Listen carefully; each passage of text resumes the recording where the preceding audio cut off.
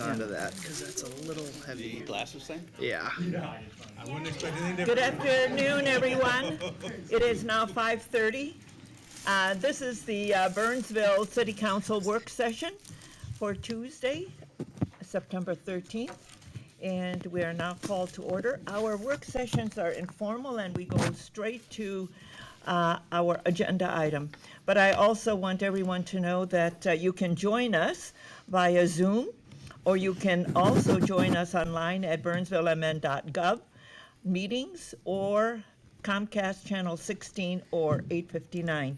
And on Zoom, you can join us on zoom.us/join. And all of the information about our meetings are on our webpage in the council agenda packet portal of the webpage. So with that, Greg, the first item on the agenda is the continuation of our 2023 budget and proposed 23 property tax levy review. Absolutely. Our city manager, Greg Lindberg. Mayor, thank you. Council members, tonight we will continue the discussion that we left off just a few weeks back. You had asked several questions about my recommended budget and the alternative levy paths that we had provided for you. Our intention tonight is to take you through some answers to those questions and give you all space to ask additional questions and certainly have conversations about the 2023 budget. Just by way of a reminder, a couple of things. Most importantly, I'd like to welcome Jenny Rohde back as our Chief Financial Officer. This is Jenny's first formal budget meeting back with us, so Jenny, welcome.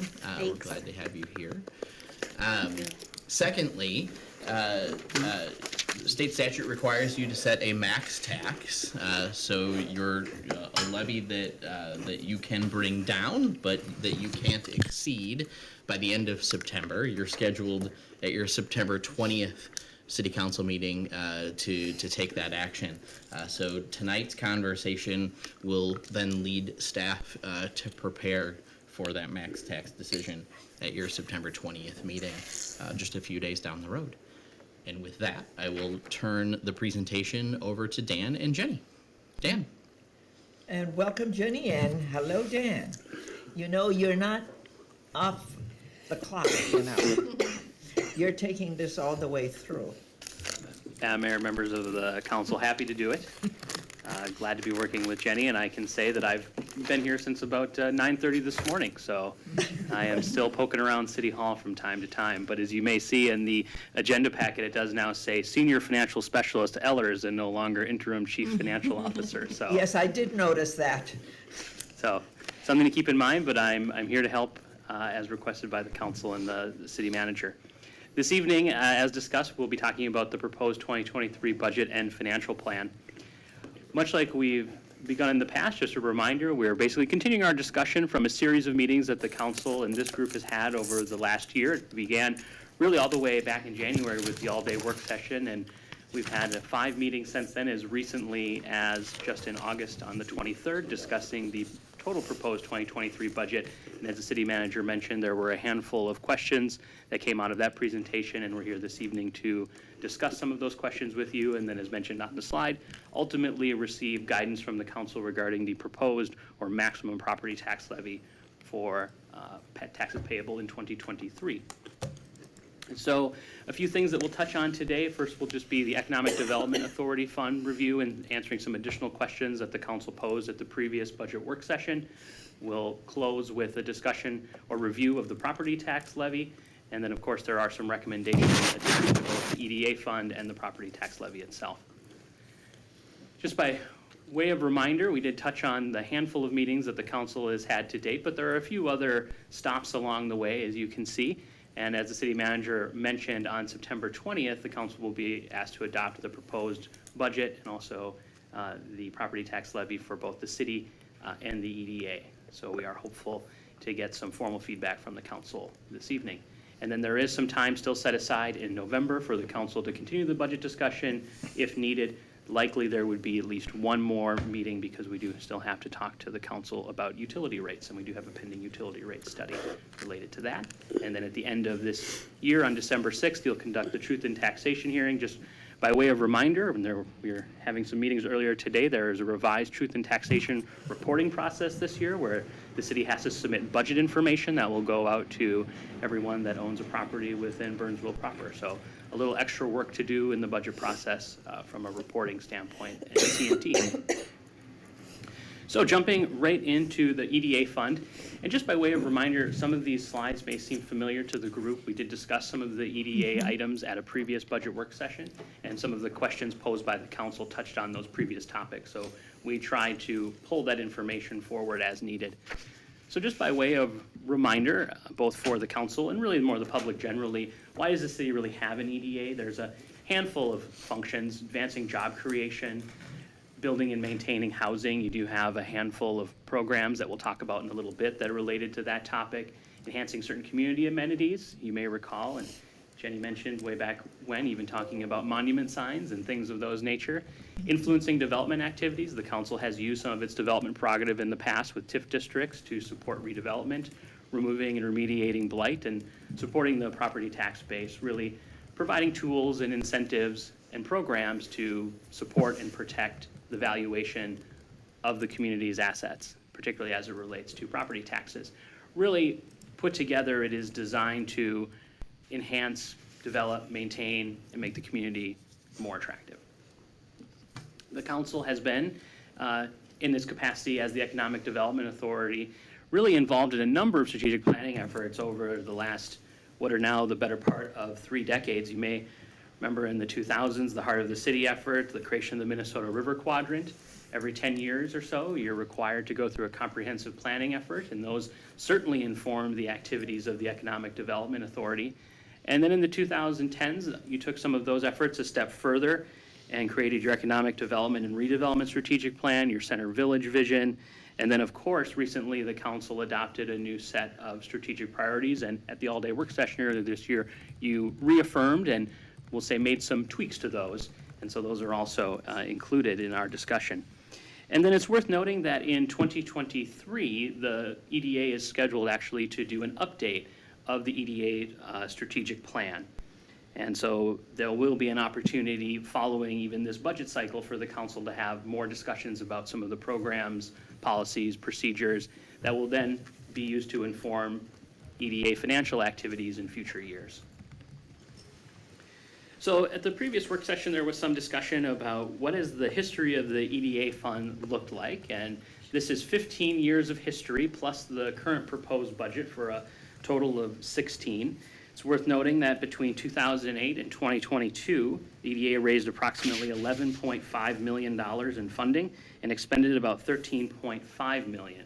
So over the 15-year period, the EDA has actually decreased its fund balance by about $1.972 million, or an average of about $131,000 each year.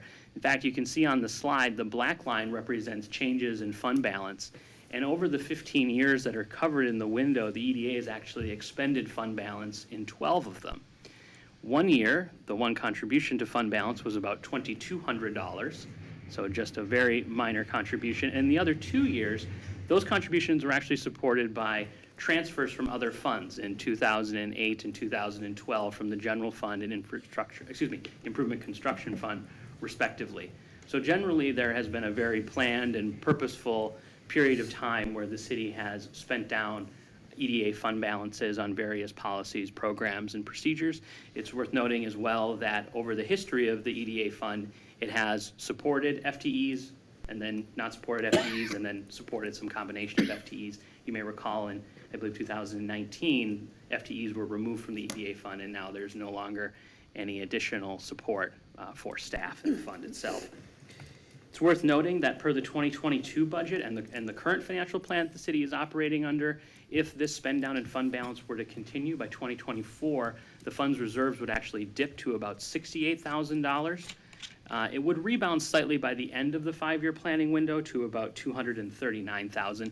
But it is worth noting that ultimately in economic development world, $240,000 is not a lot of money to accomplish economic development programs, and we'll talk about the price tag of some of those things in just a few slides. The one thing I would note when you look at this slide, there are, of course, 2 years that are outliers in terms of revenues and expenditures in 19 and 20. 19 represents some ELF grant activities, and then 20 were, of course, the business assistance grants that were provided by the EDA, which were supported by the CARES Act. Good. So proposed in 2023, there were some questions at the previous meeting about what exactly are all of the monies that are currently budgeted for the EDA fund supporting in the next fiscal year. There are a number of initiatives. We've tried to condense them for the presentation tonight. The balance of them are in so-called professional services, and you're probably already asking, what is in the $568,000? So just for the council's benefit, about $100,000 for Center Village design guidelines. These are similar to some of the design guidelines that were developed for Heart of the City for that particular area. $100,000 potentially for his additional consulting needs for freeway landfill. $100,000 for marketing consulting. These are for things like media buys on behalf of the city. You are partially funding $100,000 for your revolving residential loan program. And then there's some additional monies set aside for economic development analysis and consulting, and then also some money for TIF administration. So really a lot of one-time uses are currently in the current expenditures, but there are reoccurring costs, especially as it relates to marketing, consulting, and potentially the residential revolving loan program. This is admittedly something of a busy slide, but I thought it was a nice way to capture the programs that have been adopted by the EDA and/or City Council to date. There are 5 in total. 2 things I would note. The first, the renovation grant program and the site assembly and land acquisition programs are currently unfunded. In 2018, the City Council and EDA adopted these policies, but to date has not appropriated any funds to support them. It's also worth noting that right now, the home improvement grant program and the senior home improvement loan program both are relying on the EDA fund, and there's $200,000 set aside for them, $100,000 from the previous fiscal year and $100,000 from this fiscal year, basically supported by a carryover. I did some math just for the council's benefit. Given the amount of the available funding, and if we were to assume $10,000 per loan, the city could only, or the EDA rather, could only provide loans to 0.08% of all households in Burnsville. So really, given the loan sizes and the needs that we see in the community and what we understand the state of the housing stock to be, the $200,000 that's currently appropriated is simply insufficient to support the demand that we understand to be in the community. Just because I thought it was fun, and I already shared this with Greg earlier today, if you extrapolated the math a little bit more, if the EDA provided a loan to every household in the city at that rate, it would take approximately 1,195 years for the city to provide funding or support to on a residential basis. Granted, not everyone would need that kind of assistance and support, but I think it's just a good way to demonstrate the amount of money vis-a-vis the number of households that are in the community that could potentially benefit from these types of programs. Additionally, and to tie back to the 2023 update of the EDA plan, it's worth noting that the Community Development Department did provide a list of 19 additional programs that could be considered by the EDA and City Council to support economic development activities in some way, shape, or form. These are things like first-time homebuyer programs where you would provide down payment assistance to people that did counseling and are buying their first home, gap financing for developers, business incubation, support for transitional housing, and something I think would be of interest to many people in the community, application assistance for programs. So providing consulting and support for when someone needs to come in and, let's say, fill out an SBA loan application or apply for a deed grant, there'd be resources available at the city. These are just a smattering of ideas, and of course, as part of the strategic plan update, the council will be presented with any number of possible new strategic initiatives it could undertake. But as you can see from this slide and the amount of available funding, there is not money available for 2 existing programs, and there certainly would not be money available for any additional programs that would be beneficial for the community. And the ones that are funded are underfunded at this point, given what we understand the size of the community to be and the need that would be present. Lastly, I would just note that Code Cash is actually a general fund program, and it's supported by a general fund appropriation, a general fund carryover, and then, of course, the city's friends at the Lions Club have also provided a $10,000 match for that program as well. So there is $70,000 available, and hopefully over time, there will be more general fund appropriations for the Code Cash program.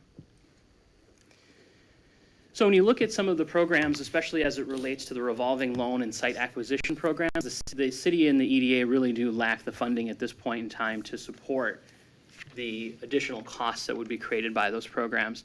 Right now, the EDA's fund balances are relatively low vis-a-vis the cost of the programs. And we do know from our conversation we have with the council about one-time funding sources that there's only about $990,000 available in TIF Fund number 2. And we have talked in the past with the council about using those monies for a revolving residential loan program. But generally, when we look at other communities of similar size, and you always have to be somewhat cautious with comparing communities because everybody finances things different, everybody's housing stock is different, everybody's strategic priorities are different. But when we look across different organizations, we see generally to have a meaningful residential loan program, you would need somewhere in the $5 million mark. Not necessarily 5 million on the number, something more, something less, again, depending on what the EDA felt appropriate. Technical assistance, like we talked about, providing things like assistance to homeowners for like renovation projects. Those can be costly if you either use staff or have a consultancy help you. And then the real X factor on this slide are the commercial industrial projects and programs. They can be extraordinarily expensive depending on how involved the city and EDA become, and really how big the projects are. There are some projects that, of course, in terms of valuation, sometimes stretch into the tens of millions or even $100+ million. So if you wanted to, the EDA really wanted to be involved in helping rehab commercial industrial properties or even acquiring property, much like the grant program already adopted by the EDA suggests, you would have rather large outlays to acquire individual parcels to create larger tracts of land to eventually then package for a redevelopment activity or potentially public purpose, whatever was deemed in the best interest of the city by the EDA and the city council at that time. Also, it's worth noting with property acquisition, sometimes those lands can be tied up for years, meaning you may buy a certain piece of property, buy another piece of property, buy another piece of property, and it could be a decade before you assemble the appropriate types of parcels to move forward with a certain type of development. The other thing that I would note too is at this point in time under the 2022 budget and finance plan, if the fund balances do dip down to something like $68,000 in 2024, the city would not have a ready-made funding source to match any type of grants that would be available from other levels of government. So for example, DEED provides a redevelopment grant. They typically require a 50% match on that, and you would not have a ready-made funding source even to take advantage of monies that were available from other levels of government. So you've seen this slide before, but again, just to inform some of the discussion from the previous slide about the amount of monies that would be needed, you can see here some of Burnsville's peer communities and also some smaller communities, as you can see, have significant economic development balances. We looked at their EDAs, their HRAs, and their port authorities. It's worth noting these are different statutory mechanisms that exist in law, but generally they have same or similar redevelopment and economic development powers.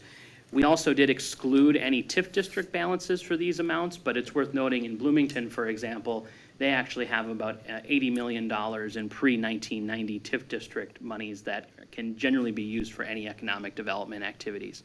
So as you can see, many of your peer communities, and even in the case of Fridley, a community half your size, they have significant resources available to aid, help, and support any type of economic development activities that the city and in their, depending on their situation, EDA, HRA, Port Authority may be interested in advancing.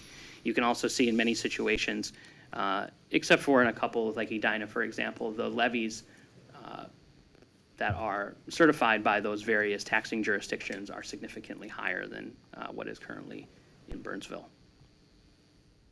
And in some situations, I would note, for example, in St. Louis Park, they have both an EDA and an HRA, and they max out both of those levies to support their redevelopment activities. So you have seen this slide before too. I believe I characterized it as a rocket ship to the moon. But as you can see right now, under the current recommendation provided by staff and the city manager, we are assuming a $702,000 increase in the levy, or 236% compared to the previous year. It's part of a multiple year effort for the city to reach the statutory maximum. Under the current proposal, there'd be a $250,000 increase in both 24 and 25, followed by another estimated increase of about $332,000 in 2026. I stress estimated in that particular number because the statutory maximum for the EDA levy is a function of the estimated market value of the community.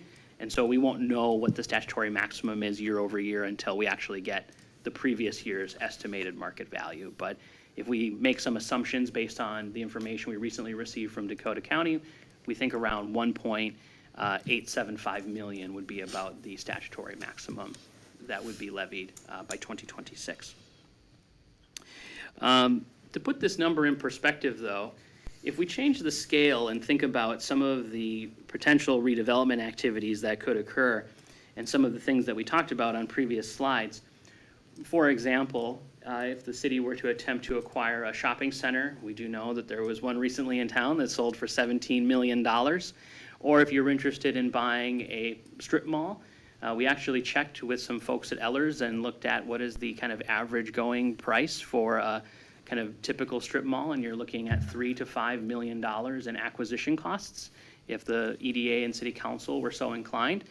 And as we talked about in a previous slide, if the council were to have really a fully realized, robust loan program, you would be talking about really $10 million in costs revolving. Again, some of those programs will create revenues by virtue of their interest income.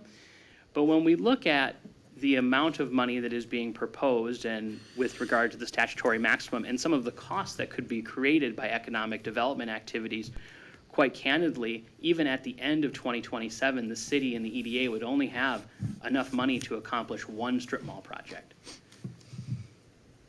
And that's juxtaposed against your peer communities on the previous slide that will be using their resources and potentially accumulating more resources to attract, retain, and enhance their economic development vision, however they see it, be that residential, commercial, industrial, what have you. It's worth noting that under the current plan, the city would only accumulate that enough fund balance for the one project.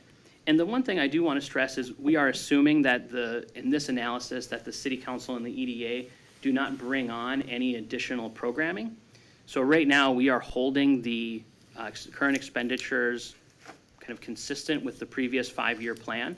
If the EDA were, let's say, fund some of those underfunded programs or fund the programs that currently have no funding, we would imagine current expenditures to come up a little bit, and that black line would level off because you would be starting to put additional monies into some of those programs, let's say another $500,000 into your residential revolving loan funds. So there are things that can change between what is being proposed this evening and most likely the discussion that would happen in 2023 as a part of the EDA strategic planning efforts and any additional monies that you wanted to allocate towards those programs and projects. In the previous discussion, there was some chat about what would happen if different EDA levy alternatives were considered. And so for the council's consideration this evening, as you can see on the top, when you're looking at total levy, those are that 12.83%. That is the levy that would increase year over year to support the current general fund proposal, debt service fund proposals, and the tax levies related to the capital project funds. Below that, you see various alternatives for the EDA levy. So as you see, if it were to remain flat at $297,500, then the year-over-year change in the levy would be that 12.83%. As you see in bold, the recommendation is to go from $297,500 up to $1 million, that 236% and change that I mentioned on a previous slide. That is what gets you to the 14.53. Right now, annually, the EDA, that increase would cost a property owner about $33 a year, or about $2.75 a month.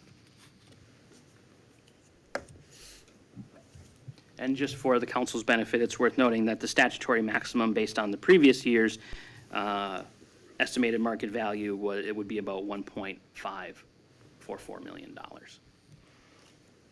I think an additional point here, Dan, would be that just in terms of planned 2023 expenditures, what Dan has covered, that puts the EDA fund at about $700,000 worth of planned expenditures. So while I wanted to the community and the council to see the full array of the impact of the EDA fund on the total levy proposal, I would also suggest that that you pay particular note to the proposed 2023 column at $700,000 in the 13.81%. Just to give yourself some context that if that levy or if the EDA levy can't support those expenditures, there would need to be adjustments in the 2023 budget to accommodate. So said another way, we need the levy in 2023 to cover that $700,000 in planned expenditures, unlike previous years where we've used fund balance essentially to buy down the pressure on those programmed expenditures.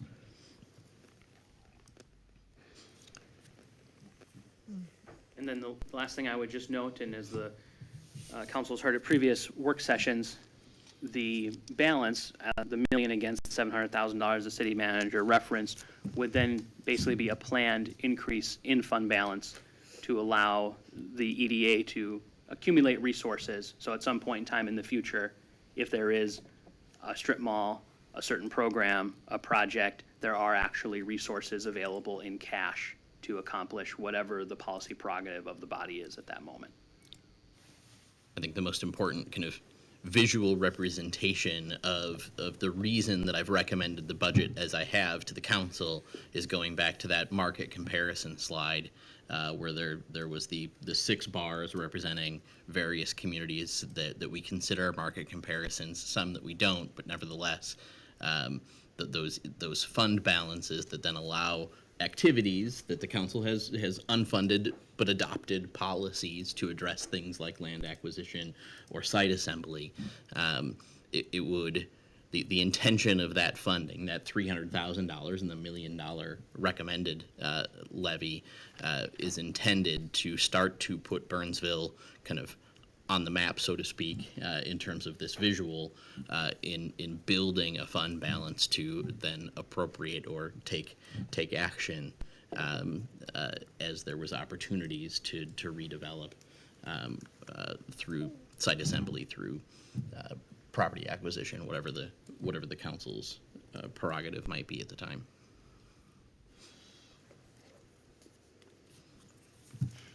Okay. So, much like the previous presentation, the recommendation of staff is, I should say, threefold. 2 in particular for next year, to increase the EDA property tax levy to $1 million for taxes payable in 2023 for the reasons mentioned. And then, just as a reminder, we have had discussion about this in the past, to authorize the use of those TIF District Number 2 funds to support housing rehabilitation programs. As you may recall from our previous conversation, those pre-1990 TIF districts can be used for a variety of purposes, and provided that money is revolving through the district, you can keep the district open indefinitely. You still have to report on it and do some administrative things, but it's a ready-made funding source for the underfunded residential loan programs that we discussed in a previous slide. And then lastly, the kind of bullet that's not on here, that would be something for the council to act on in the future. Baked into this recommendation is also the idea of taking that levy up to the statutory maximum by 2026. But again, that would be something the council would have to take action on in each subsequent year to keep increasing the levy under the current recommendation by the city manager. So the proposed 2023 property tax levy, you may recall at our work session on July 19th, you reviewed kind of 2 options, one to help support the organizational analysis and the other one to maintain the property tax rate. At that point in time, there was some discussion about coming back with alternatives, and we'll talk about what those were in just a couple slides here. But just by way of reminder, we've been on a little bit of a journey in terms of where the year-over-year changes in the property tax levy have been. Way back at the FMP review in March, we were talking about 10.9. At the update, we whittled it down to 10. The CIP review, 8.88 or 8.89, and then based on some of the conversation that we had during the CIP, we came back in August, and the city manager and staff ultimately recommended the 14.5, followed by the various 7 point whatever in the out years. So just by way of reminder, the original three alternatives were the organizational analysis implementation that called for levy increase for next year of 8.88%, the levy increase reduction, the 14.5, followed by 7.x, and then the CIP enhancement actually combined the two and had a 14.5 and then some larger increases for the city to put more money towards capital projects in the out years, given some of the cost pressures that we know exist in certain funds. The one thing I do want to stress is that each of these alternatives at this point in time only adjust property tax revenues. If the council were to approve the what we're calling right now the consensus alternative at 14.5, really that just increases the amount of revenue. It does not change the expenditures that are currently planned for the proposed 2023 budget. It really then informs how the levy is constructed in the out years as the city brings on more expenditures, especially as it relates to the organization analysis. So to put another way, these alternatives, depending on which one the council ultimately picks, doesn't change at all the expenditures. It just changes the revenue component. So at the meeting on the 23rd, the council expressed a consensus for alternative number 2. If I could, Yeah, Kara? there was a majority Yeah. that went with that. There was Yeah. not a consensus. Consensus denotes all agree. A majority. So a majority. Mayor, members of the And that is council, an I'm- important term. I'm So happy to thank you. characterize it as a majority. To be perfectly candid, we tried to pick consensus to express that there was a desire to move in a certain direction by a majority. Perhaps consensus wasn't the term of art that we should have used, so we'll be keen to adjust that moving forward. I would say, just by way of pre-introduction, we do use consensus a few times in the next couple of slides, but we can definitely change that, Appreciate it. especially before the presentation itself is posted Thank you. to the website. So in the majority of the city council expressed an interest in alternative number 2, which we characterized as levy increase reduction. It's worth noting that the proposal over the 5 years would cost about $727 more than the current property taxes, or about about $60 more per month. That is about $20 more than alternative number 1, which we had coined as the organizational analysis implementation. Just as a reminder, this is a breakdown of the levy increase reduction. Right now, what would happen is the majority, or actually all of the additional property tax revenue would be assigned to the general fund. So it would go up to $37.5 million, which is actually a 21% increase compared to the previous year, or 15%, closer to 16% actually, compared to the overall levy. As you may recall from the presentation related to the general fund, what would end up happening over time as the city brought on more FTEs related to the organizational analysis, that additional levy would be assigned to those additional costs. That is the current proposal. It's worth noting that this proposal does provide the council with quite a bit of flexibility moving forward, especially as it relates to Phase 3 facilities projects. But overall, you see 14.53% in the combination between the increased general fund levy and the EDA levy below, going from just under $300,000 up to $1 million. And then by way of reminder, the way we arrived at the 14.5 is we are actually attempting to keep the property tax rate same or similar. It's worth noting right now, under current assumptions, it actually goes down ever so slightly. But right now, primarily it's worth remembering that the estimated market value of the city compared to the previous year increased about 14.1%, which then translated into a taxable market value for the city that increased about 14.2%. And then as you see here in the slide, the net tax capacity actually increased just under 17%, which is as you notice here, the blue bar all the way on the right, jumping up quite a bit. The thing to keep in mind that over the last 12 years, including this year, the average annual increase was about 4.9%. So it really is a historic jump in the net tax capacity for the community, and it's primarily driven by increasing residential home values. And as you'll notice on the next slide, if you actually look a couple lines down, you see change in percent of the median valued residential homestead actually went up by 16.6%. So as you'll note, on the 19th, when we were proposing 8.9, the monthly change would be about right around $12 more. And following the discussion and the expression of the majority of the council on the 23rd, it is now right around $19 or $18.65. Basically an increase between the two proposals of about $81 or $6.75 per month. The one thing I would stress, and I have, I think, every time, and I'm sorry to sound like a broken record, but these projections are based on estimates that we've received from Dakota County. They do update information, and we change them accordingly.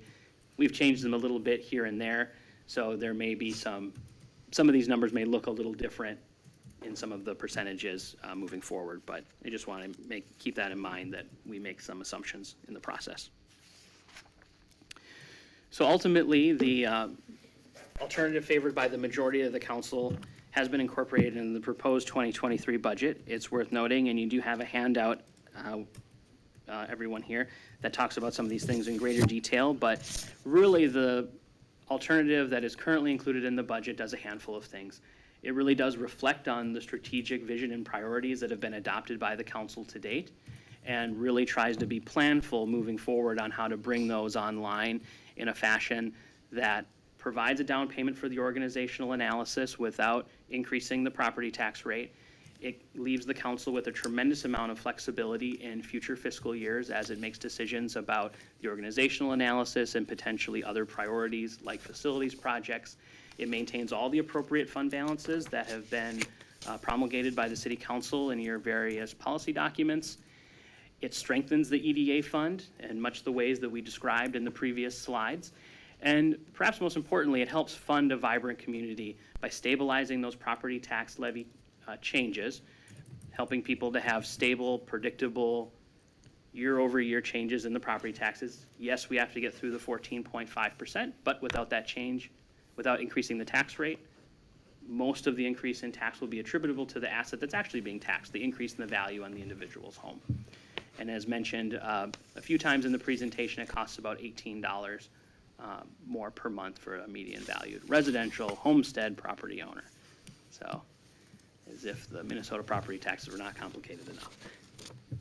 So just by way of comparison, this has changed ever so slightly since you've seen it last. A couple cities moved around working on their budgets, much like we are, and you can see their average actually ticked down from 8% to 7.9%.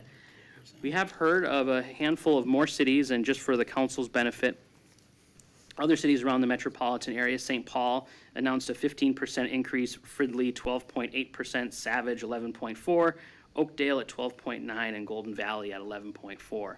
So it's worth noting that while these cities are certainly outside the list of peer cities that the council and the organization normally considers, at 14.5%, you are in a good a company of a good number of other cities that are having double-digit increases in their property tax levies. And I just have to say something, since it is a strengths-based organization, I came across this this graph, and if you're interested, if you're a Disney fan, this is the color psychology of Disney characters.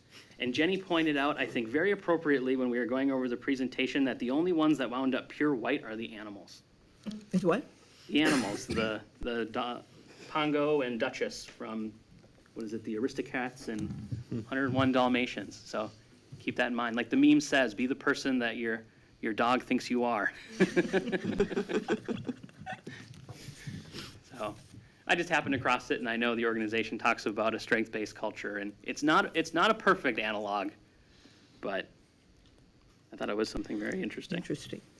So the last thing I will close with, I just want to say, like we've talked about previously, and we mentioned in the service inventory, budgeting is not about limiting yourself. It really is about making the things that excite you possible. And I think that the budget that has been presented this evening, that has been proposed by the city manager, makes good on many of the strategic priorities, plans, and aspirations of both the EDA and the city council.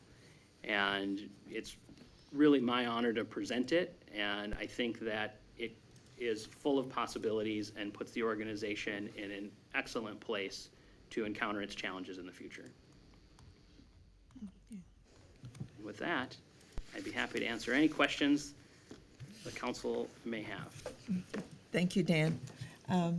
Greg, you have some remarks that you wanted to Yeah, Mayor and make? Council, we, our team has come together to try to put this presentation and frankly, the last 8 months of conversation into a bit more of a digestible visual. So you have a printed copy of this in front of you. It really shows the difference between the two alternatives that we came out of the August work session discussing with the blue alternative being representative of my proposed levy and budget recommendation, and the green line being the 8.88% alternative. Also in front of you are some talking points that really capture and summarize Dan's presentation this evening and our conversations throughout the budget process. We'll make sure that this visual is available as part of the timeline at burnsvillemn.gov/budget as we continue to emphasize the importance of making sure that these resources are at the fingertips of our community. Okay. Members of the council, your thoughts, your comments? Councilmember Keeley. I have some questions for Dan. Okay, Dan, question from Dan K. What does the $3 million in ARPA funds equate to in levy point drop? Madam Mayor, members of the council, every 1% is about $410,000. So, what would that be? About 3% and change? I would have to do the exact math to get you the figure, but Every 1% is about 400,000, yeah. Yeah. and 3 million in ARPA, So I can, about 7 got Jenny points. over here. She's Yeah, Jenny is. fast math for us real quick. Happy to have the backup. So about. Are you roughly asking, about 7 Councilmember points. Keeley, are you asking over the period of time in which those funds have been allocated? No, just by applying the 3 million in ARPA, what did it drop our levy? 7.3. 7.3, okay. Doubling me up there. So we would be at Thank you for your patience on 8.9 that. plus 7.3 or 14.4 plus 7.3 if we didn't have the ARPA. However, what was the net difference? Because we did buy it down last year with 2 million, and we have to obviously absorb that this year. So of the 3 million, how much was used to absorb that 2, as well as what was left that was actually used to buy down the levy? Because we had to cover the 2 million, right? And there was inflation against that 2 million that we bought it down last year. So was the whole 3 million essentially absorbed into just covering that 2 million carryover? So you also had to cover lost revenues with some of that money. So Yeah, I'm only interested in how we absorbed the 2 million that we bought it down last year. We got to 4.8, I believe, because we bought it down with 2 million. But that was one-time money, so now that 2 million burden rolls into this year, Well, and plus the inflation against that 2 million that we bought it down, right? yeah, so Councilmember Keeley, that would go back to the kind of the varied alternatives that we talked about in the last budget cycle, and really those funds, the CARES funds. those funds allowed for immediate kind of current year levy pressure reduction. Yep. And then were supported by out year kind of stabilization of the levy. It actually was a very similar recommendation to the current recommendation that's in front of you. Right. Again, the budget is a snapshot in time, so we're talking about one period of time. So, or looking at 5 years at this point in time in the current budget cycle. So, certainly, I'm open to any correction from Jenny or Dan. But I guess what was It's a bit of a complicated. Yeah, what Yeah. was Reality. of the 3 million, how much is going to absorb that two, and how much is going to try and nip away at not having to have that two carry over, right? Because we're doing 3 this year and 3 next year to spend the rest of the ARPA funds. But we have a 5-year plan to absorb the impact.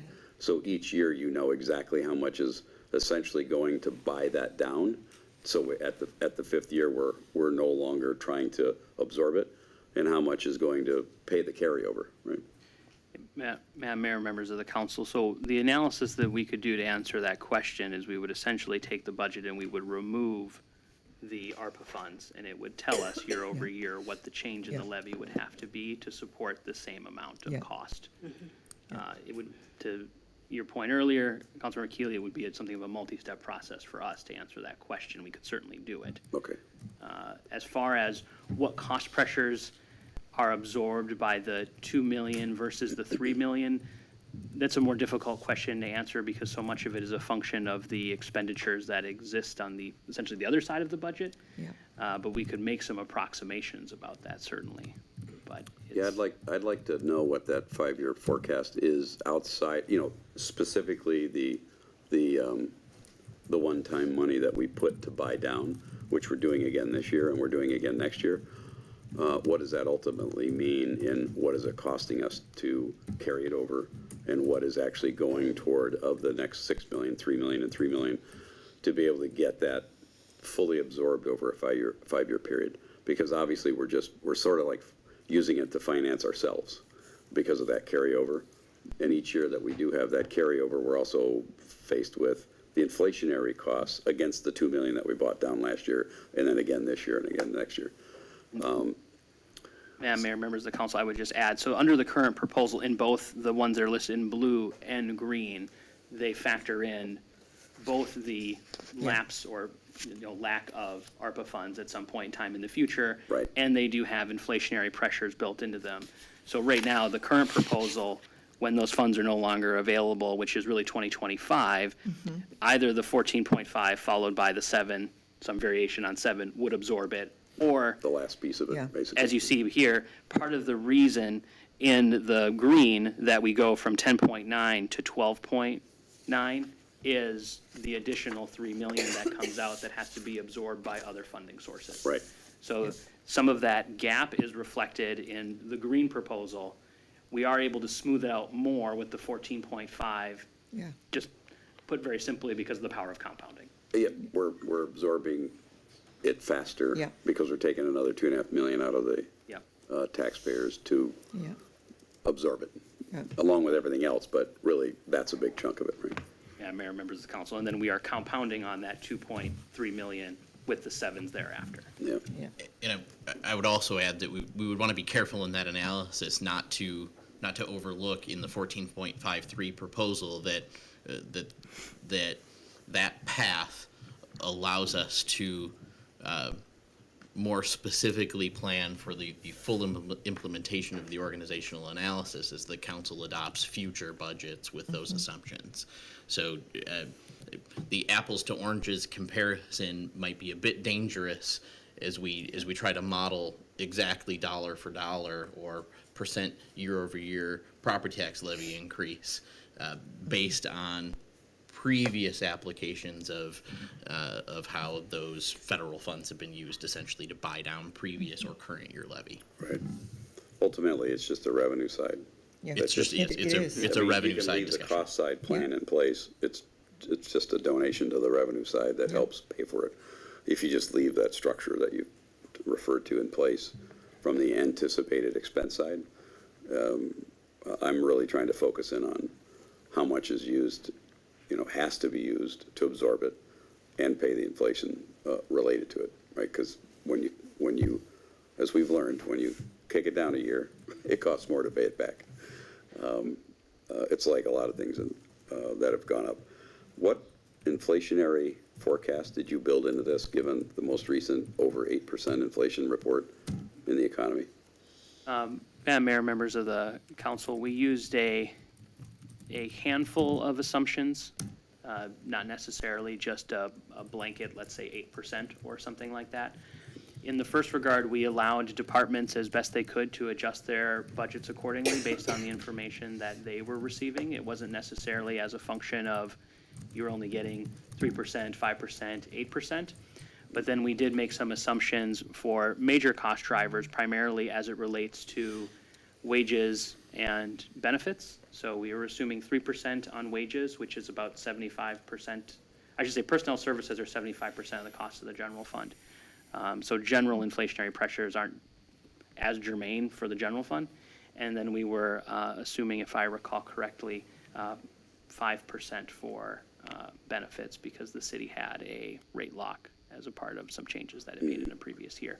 We had also assumed, again, if memory serves, 10% year over year for workers' comp insurance based on information we were receiving from the League of Minnesota Cities, in addition to some other items.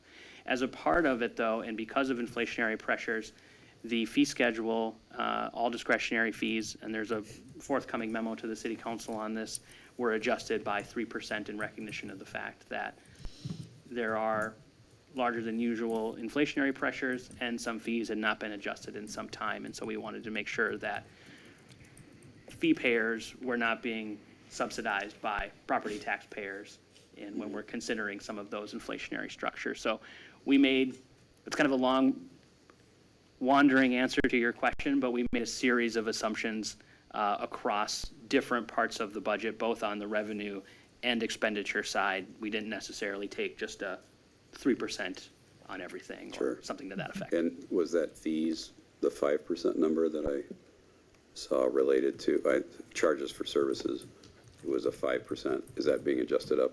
Madam Mayor, members of the council, so that 5% is twofold. One is changes in the assumptions based on just the amount of revenue that may be provided by the fees, and then also the 3% adjustment on discretionary fees. Okay. A couple more questions. Sure. What demand exists for Code Cash based on how long Code Cash has been out there? Do we have any kind of track record on what the demand is? We talk about the funding side, but we're not really talking about, well, what's the demand surfacing? What are we trying to fund, in other words? Madam Mayor, members of the council, I would have to defer to my colleagues in community development for some information on whatever they are hearing from the community with respect to that particular Chief? program. BJ, do you, Mayor, members of the council, I don't have that offhand. I can get that information for you, though. on the code cash? Yeah, I And- mean, when we're talking about funding certain Yeah. things, Yeah, I think we need to understand what it is that we're trying to fund. Like, what's the demand? I don't want to just go, well, we think we need it. We think we need to throw more money at it. Well, what's the real demand side? Yeah. So we either know that we're adequately funding it or inadequately funding it, but at least we know exactly what it is from a demand. And I know a lot of those programs are new. That's why I was asking the question, do we have any data on what the demand has been since they were launched? Councilmember Keeley, it's a great question. We're fairly new into that, and I would defer to BJ. We would have to go back to staff to see to even see if we could answer the question of whether or not we have enough data to answer the question. Yeah, So it may be too preliminary, but we have to get a sense, and I'm sure there's been, hopefully been some Well- activity. And if I could, I would just add that I would consider it almost a pilot at this point. It's pretty restrictive Yeah. to try to figure out how the program works, and I think there's a lot of opportunities in the future, but I would agree, we can dig into more and see where Okay. we're at. Maybe it's just a preliminary pilot program report of what's the activity so far. Yep. Same for the home remodeling and for the commercial, if that has gotten off the ground yet as a pilot. If there's been any inquiries or applicants and what the requirements were so far, or the requests. On the issue of EDA, do we have examples from our comparable cities of what types of projects they've been using their EDA funds for? Clearly, we are not sitting on anywhere from 8 to 50 million or 25 or 30 million like some of those other comparable cities. And my guess is those fund balances didn't just grow in recent years, that's been sizable for quite some time. So there's probably a lot of great stories to tell with what those cities have done in their EDA programs. That I think to understand more about demand, because I think we can learn from what their actual expenditures are to in some ways forecast what our demand might be if we get to a fund balance that's bigger. We know there's a strip center out there that we would like to redevelop.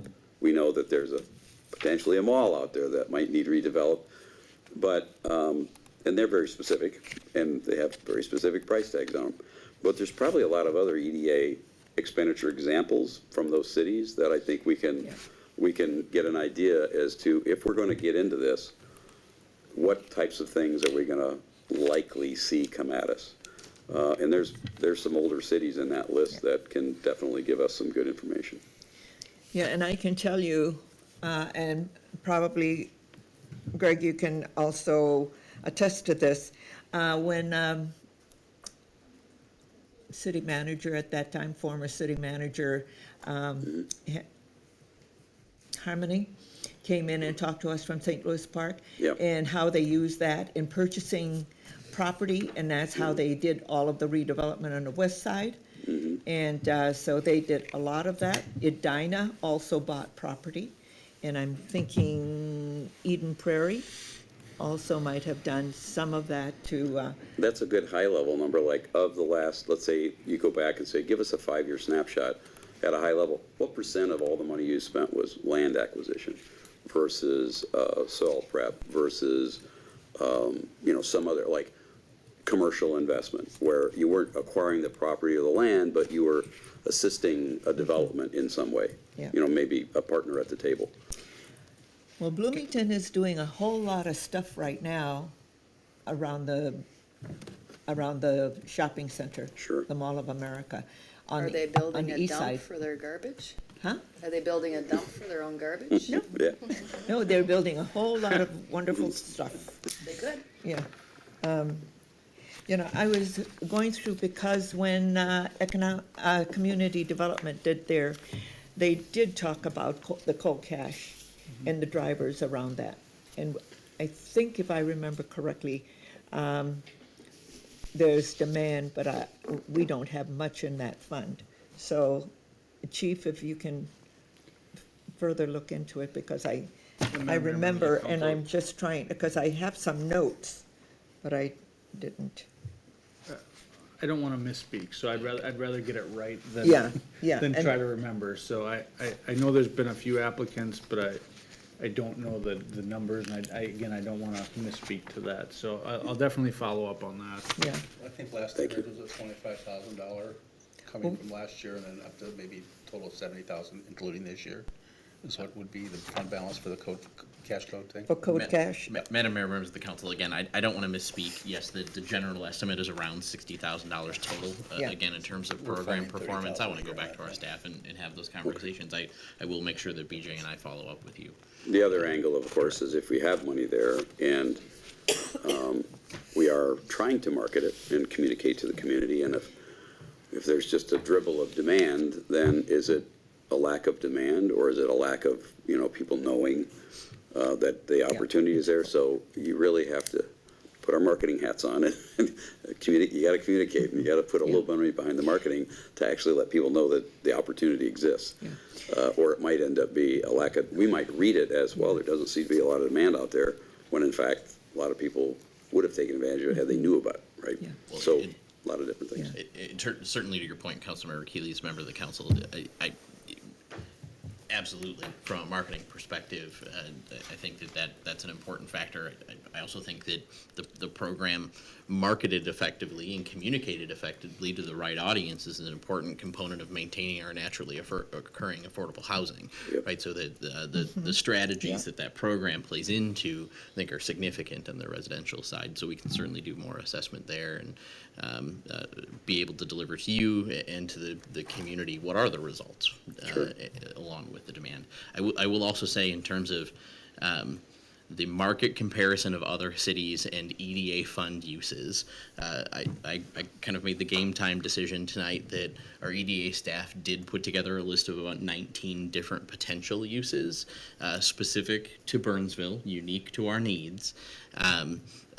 I also think an important component of that is an update to your economic development strategic plan.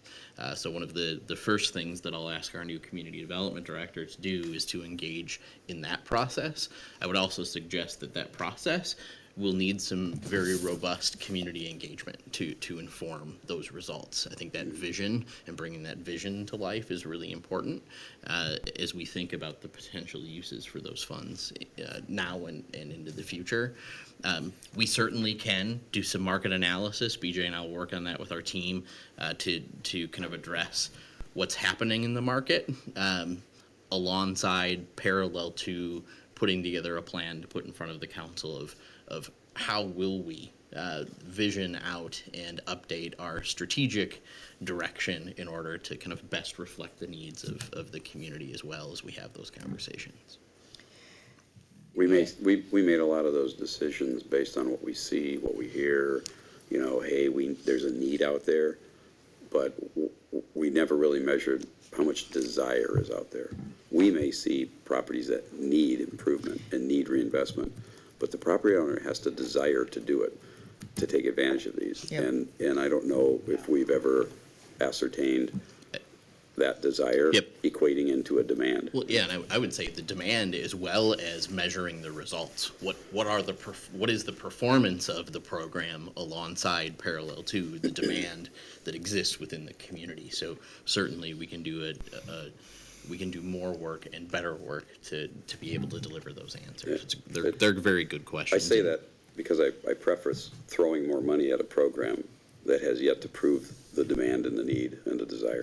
Yeah, you know, and I can always go back to the heart of the city, where there was a demand because we had all of that, and the AAA property came up for sale, and we were able to purchase it.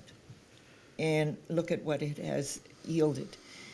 There is demand down in the Minnesota River Quadrant, but we didn't have anything to purchase any of the land down in that area.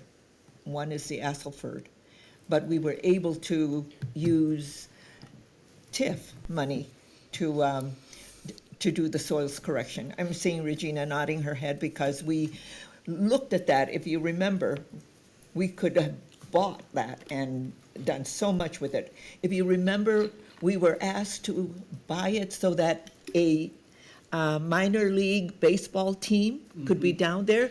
Do you all remember this? Oh, yeah, the Minneapolis. And we didn't have the money to do Millers. it, and there was The Millers. property down in that area.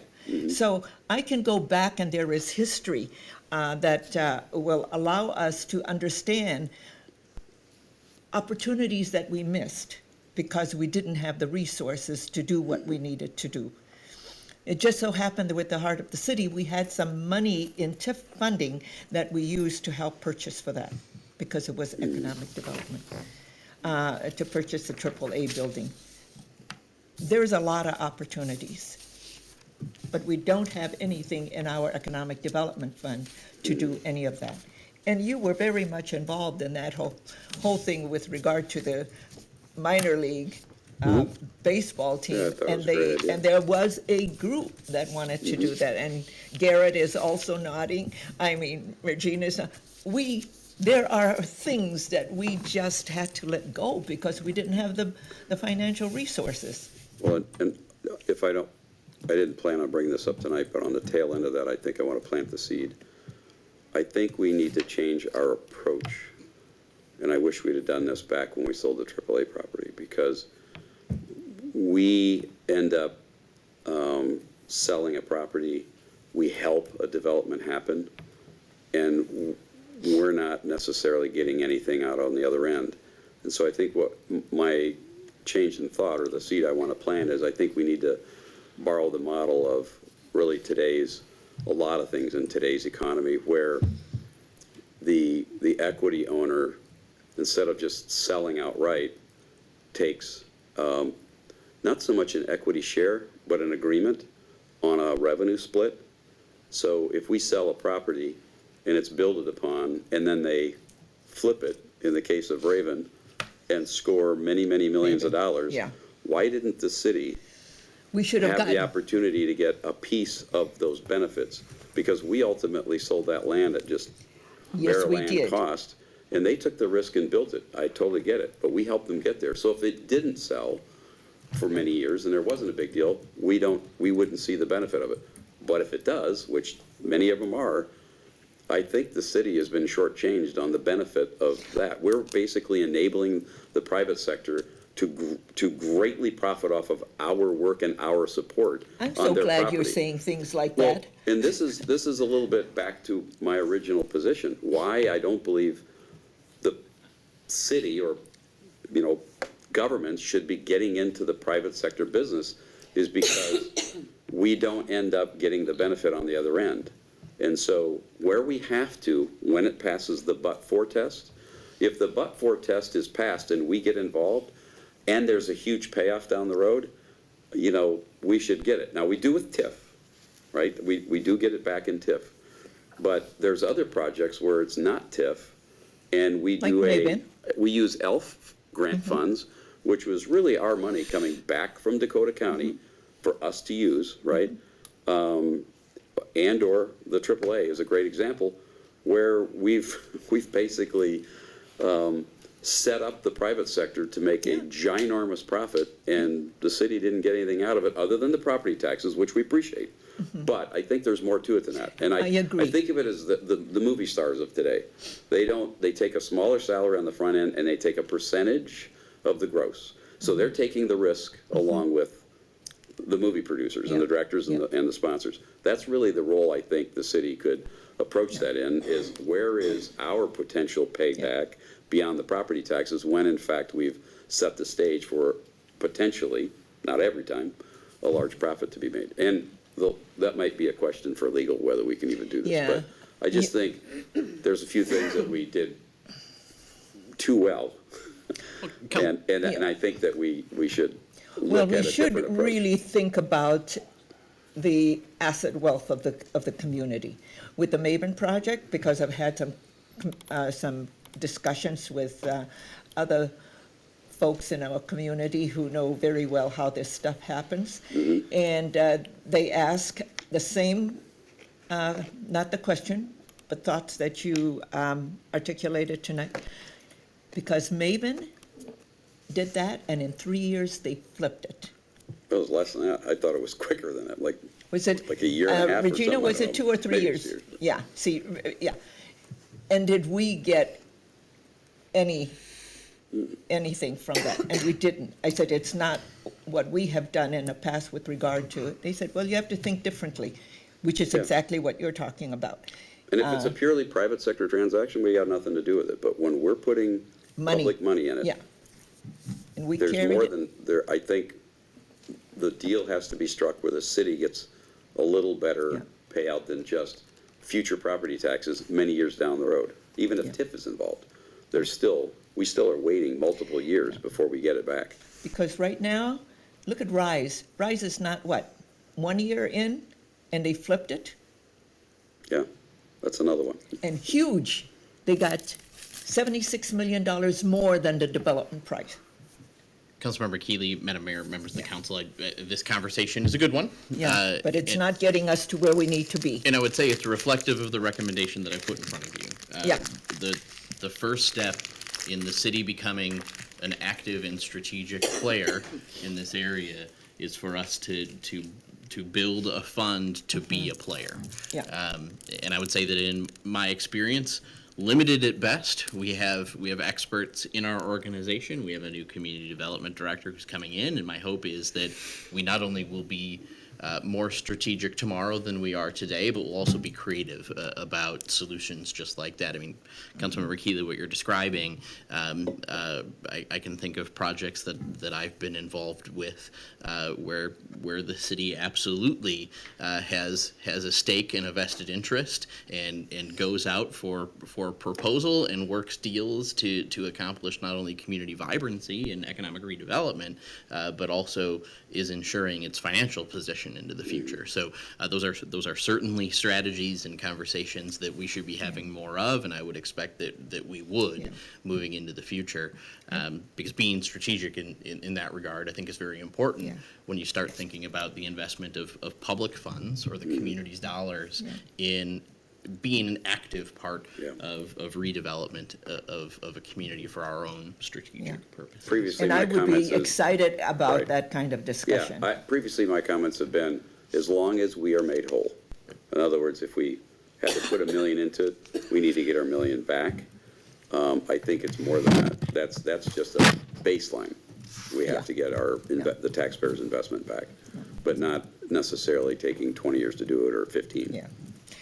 So, just to close out that, tonight, Egan is looking at the Metcalf Park. Oh, yeah, With for a the- potential redevelopment? Oh, it's beautiful. Hugo was kind enough, because after our meeting with Dr. Battle, went into the Egan portal and grabbed it, and so I was able to take a look at it. But it's a comprehensive plan, and Egan is reviewing it right now. Does it also include the portion that's on our No, side of this is just, but this is No. where, the point of my remarks is that if we had the resources, positions us in a way that we could have acquired that piece. Madam And- Mayor, members of the yeah. council, to the mayor's point, information from a meeting today, I haven't had time yet to package that to communicate to all of you that there is a proposal in front of the Egan City Council. I was not aware until I was informed by the school district today that in fact was the case. So we will package that information together and get it to all of you just as soon as possible. By way of information, I know the last time that I provided you an update in one of my emails, we had a timeline that was different in terms of Egan's discussion on that property. So apologies that we didn't have that information ahead of this morning, and I'll make sure that you have the details of the development that's being proposed. We were just made aware of it by Dr. Battle today. Okay, members of the council, our staff needs our direction with regard to the max tax for next week, the 20th. Our city manager, and we've gotten all of the information with regards to the 14.5 and the 8.9. And if there are any other questions or comments to be made, this is the time to do that. The 14.5 stabilizes us into the future to 2004, 2025, and 2026. The other will be at this table debating double digits again. The 14.5 allows us to get at being stabilized, predictable and flexible as we move forward. And it also allows us to implement the staffing implementation. So, thoughts? Yes, Councilmember I'll Keating, go since I'm warmed up. go for it. You are warmed up, so. Well, I don't support 14.5, and here's why. We need 8.9% to fund 19 additional people. The majority of that is PD and fire, which is precisely why I support the 8.9, and the only reason that I support 8.9, because that is much higher than any levy that I would ever agree to in any past year. We're in unusual times. We need to backfill public safety in a big way, and this will do that. It also supports the highest priority need for additional city staff members. So the 19 is made up of 2/3 public safety roughly, and 1/3 other staff, or somewhere out, maybe it's 60-40 or something like that, but it's a majority of public safety. It also is required to unfortunately handle the inflation that our taxpayers are dealing with. We are dealing with it as well. The additional monies going up to 14.5 using the formula, to me, is not going to fly, because it's not what we've ever used, and it's not what we're going to be able to use in the future, because we know from historical evidence that what goes up too fast comes back down.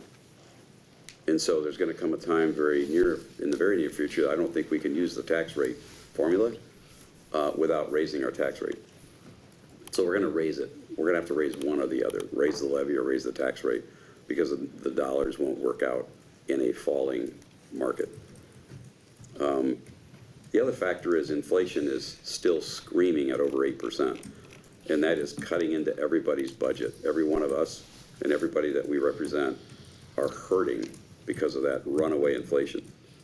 And until that gets under control and things come back down, grocery prices, gas prices, we need to be part of the solution. And 8.9 isn't part of the solution in my book, but I'm making an exception this year because we absolutely positively have to hire more police and fire. The out years have not been vetted against actual market conditions, nor defined factual data on what we are actually going to use that money for.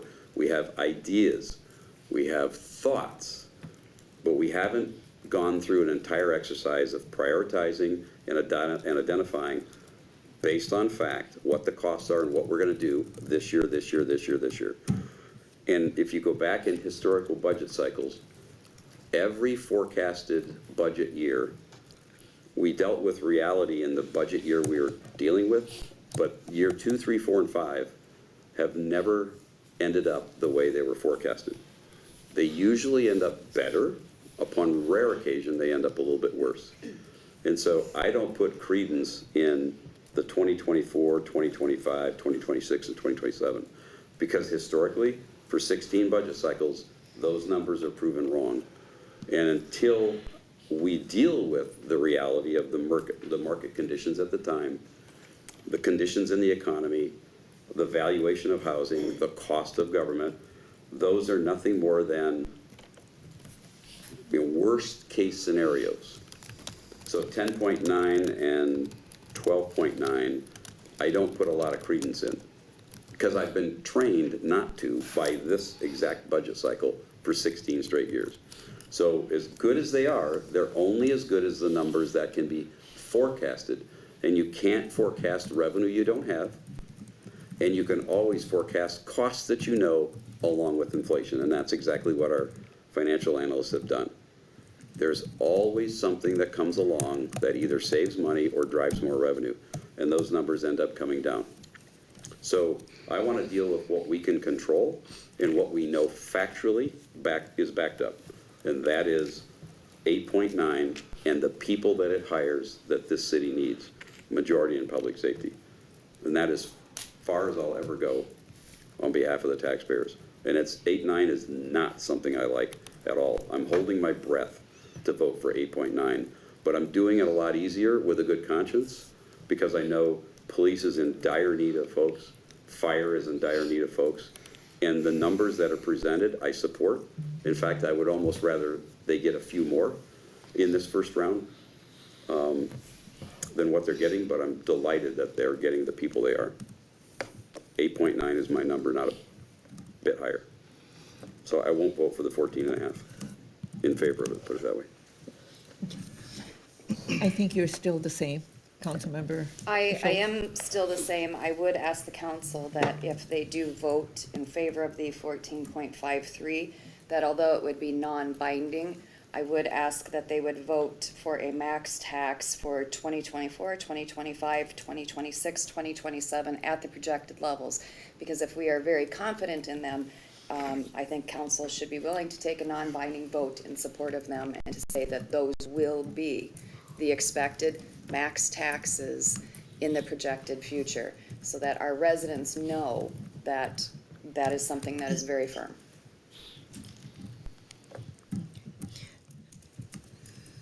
To Dan T. and Jenny, are there any legal statutes about council making those kinds of, with regard to, because we're just doing the max tax for this year, and I don't know whether there are any statutes that does not allow us to make those projections for the coming years. Madam Mayor, members of the council, I suppose first I should just say I am not an attorney or an attorney spokesperson. But as Councilmember Schultz mentioned, it would be non-binding. Non-binding. The council must take annually positive action on its That's budget what I and was property thinking. tax levy. And there is nothing in law that would allow this council to bind the action of a future council. Yeah. But this council could, like it does in any number of other areas, can express its will and desire and preferences as it relates to things moving forward in the future. The thing that I would add is that the council does, as part of the budget process, adopt the finance plan, so to speak. It is a plan, and that plan does reflect, or would reflect, these amounts.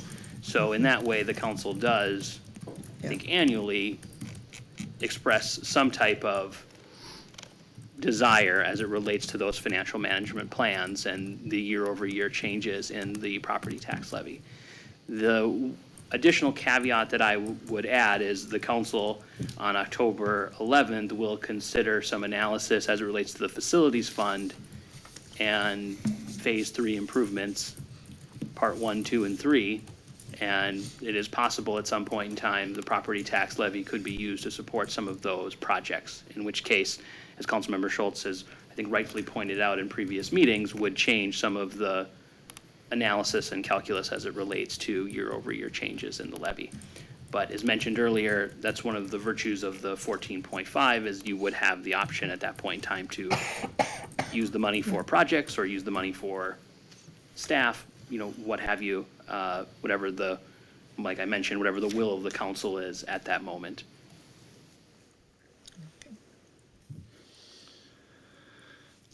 Vince?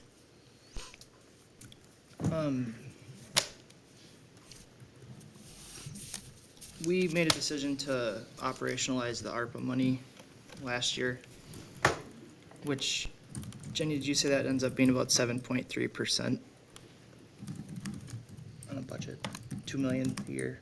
I think we looked at, 3 million is approximately I think 7%. we're using 2 annually from that. And that money is gonna have to come from somewhere. I don't know that that's something that's just gonna fall out of the sky. So we're gonna be either having a difficult conversation about that this year, next year, or the year after, to make up for that decision to buy down our levy with that money. We have an EDA with 5 programs that we have said we are interested in funding and operationalizing as well.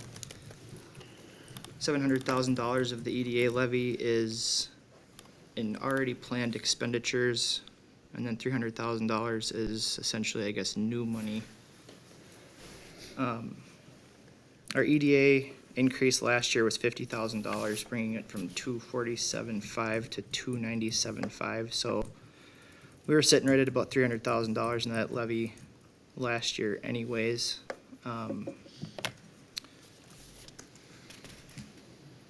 Code Cash, home improvement loans, senior housing improvements, those are brand new programs. I don't think we've done any of those justice yet. Last week, I think Mr. Forsland made the comment that 50% of the housing stock in Burnsville is reaching 50 years in age. So we've got kind of a financial cliff looming, and we've got a cliff looming with our housing and commercial stock.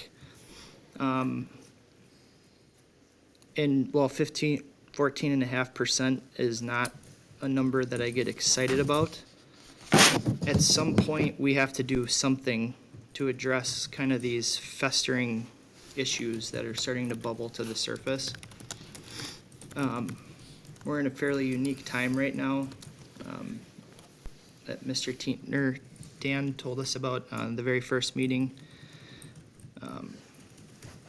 And I was interested in taking advantage of that situation this year, as I think we said, a once-in-a-decade opportunity to do this without actually charging the real dollars that a 14.5% would merit in other years. So it's a difficult decision. I'm looking at our graph from last year, and it said that if we did, I think we did a 4.8 or a 4.6. I don't remember what we did last year. It's a 4.8, Councilman. Yeah. It was a 4.8, and we were gonna level off at 5.7 Yeah. through and through. I'm looking at this graph, which looks a little bit different. But we've had some change. We've had some change in leadership, and a change in the way we do things. And I trust Greg. I trust our staff. I'm gonna squirm a little bit if we come back here in a year and we're talking about a 10.9, despite taking the blue path. If I'm fortunate enough to be here next year. But this is kind of a long rambling way of saying that I'm willing to consider the 14.5 this year based on what I've heard and what is looming ahead of us in the next 4 to 10 years as a community. To rip the Band-Aid off this year, but then come back down to earth and, as Councilmember Keeley likes to say, sharpen our pencils and get this number more in a predictable path. That's all I have. Okay. Thank you. Councilman Gustafson. Our staff has done a remarkable job putting together all of the information we need. The way we did the budget this year, I was really impressed with, and I totally appreciated all the senior staff coming in and presenting what they do, what they need, and what they're looking for going forward. I do trust our staff as well, that they know what they're doing, that they are the subject matter experts in each and one of their divisions. Our finance department is not just our finance department. We bring experts in to help us with this. I trust their financial abilities to forecast. Yes, sometimes things change on us, but that's kind of what society does. It doesn't mean you don't do anything. You have to do something about it. I do want to talk to just a little bit about, you said, Vince, about the 4.8 and the 5.7. I just want to remind everybody that did not anticipating hiring one new person for 4 years in the city. We were going to do status quo for 4 years, and that's why we're at those percentage points. And I've been saying this all along, it's time for us to get this on track, and I certainly wouldn't vote for a max tax that's going to tie our hands as we move forward to the vote in December, because it doesn't make sense. We did that to ourselves last year, and by the time I figured out it didn't have any hires, we couldn't do anything about it. We were stuck with that 4.8.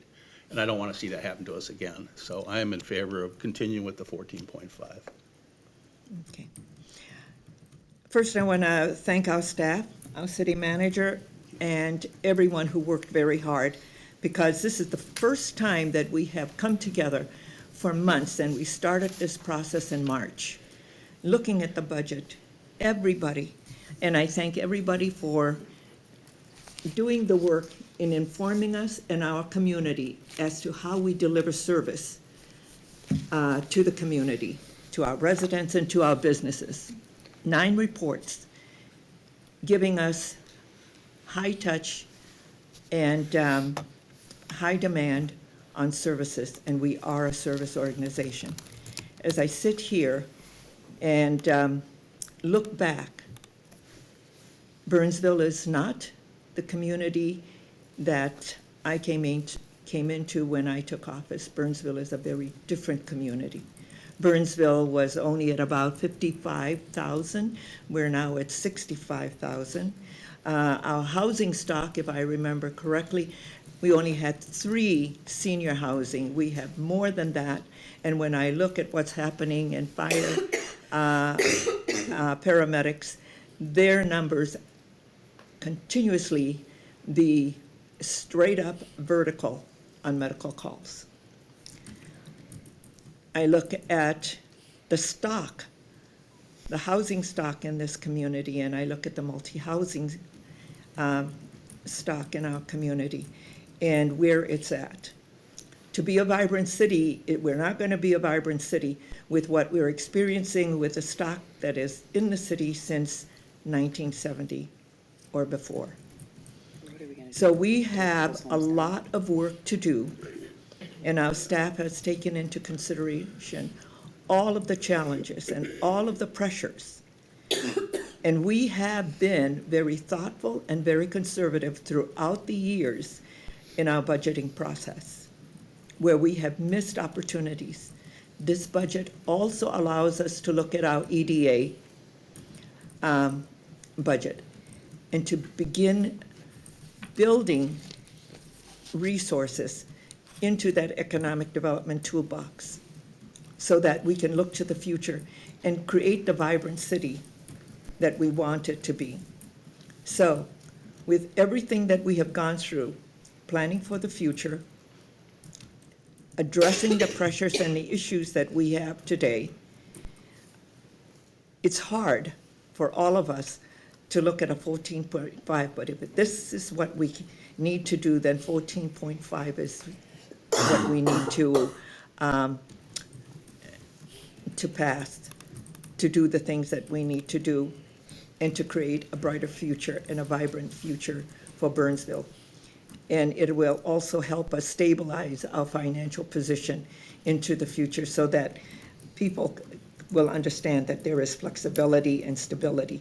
And I am willing, because we cannot bind the hands of future council, but an unbinding if there, instead of, but it might be, I don't know how you want to do that, Greg, if you talk to Joel and understand that we're, as we move forward, we're saying a 14.5 for the max tax, but looking at a non-binding for future years on that 7.6. Thank you, Mayor Callis. Then, and it's non-binding, we're not going to tie the hands of future councils and anything that comes up, but we are trusting the work that our staff has presented to us and all of the forecasting that they have done. So if you can do that with regard to getting some counsel from our legal people, and then however we put that together in the resolution. Madam Mayor, members of the council, at your direction, I certainly would do that. I'd look to the rest of the council for just the affirmation of that direction, but yes, With the non-binding, are you okay with that? I would really like to see a 7.6 next year would be great. A what? A 7.6 next year would be great. Yeah. I hear three of you, that's yeah. all I need. So that's what I'm, non-binding, I'm good. but May I at least, ask Councilmember Schultz if we can use the word consensus on this? Well, if you get 5 votes, you most certainly can. yeah, yeah.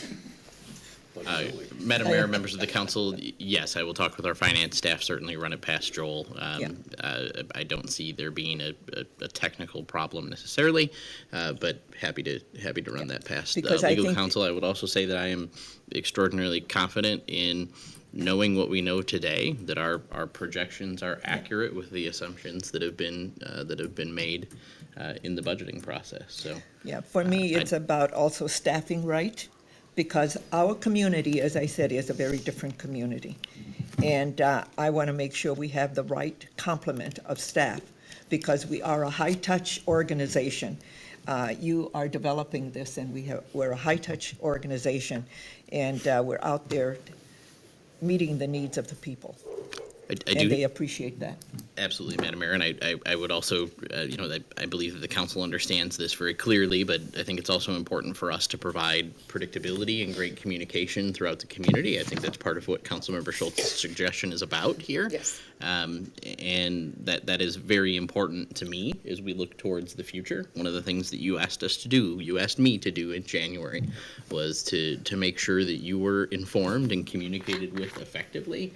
I believe it's also my responsibility that our team do that for the entirety of the community. These are big, important decisions, and that has to be part of the work that we do.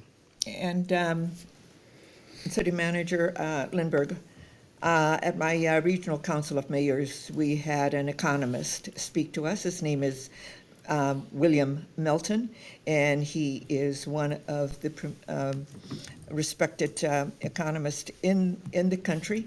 I will send you his PowerPoint, and that you can share it with the council. And then, Sounds like good information, Mayor. yeah, it's information that we need to share with everyone. Okay, and with that,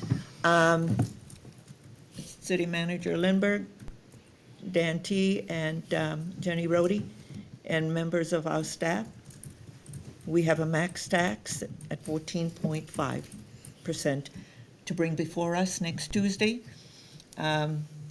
for a vote of the council? We will prepare materials for your proposed budget and maximum tax levy, again, for next Tuesday, September 20th.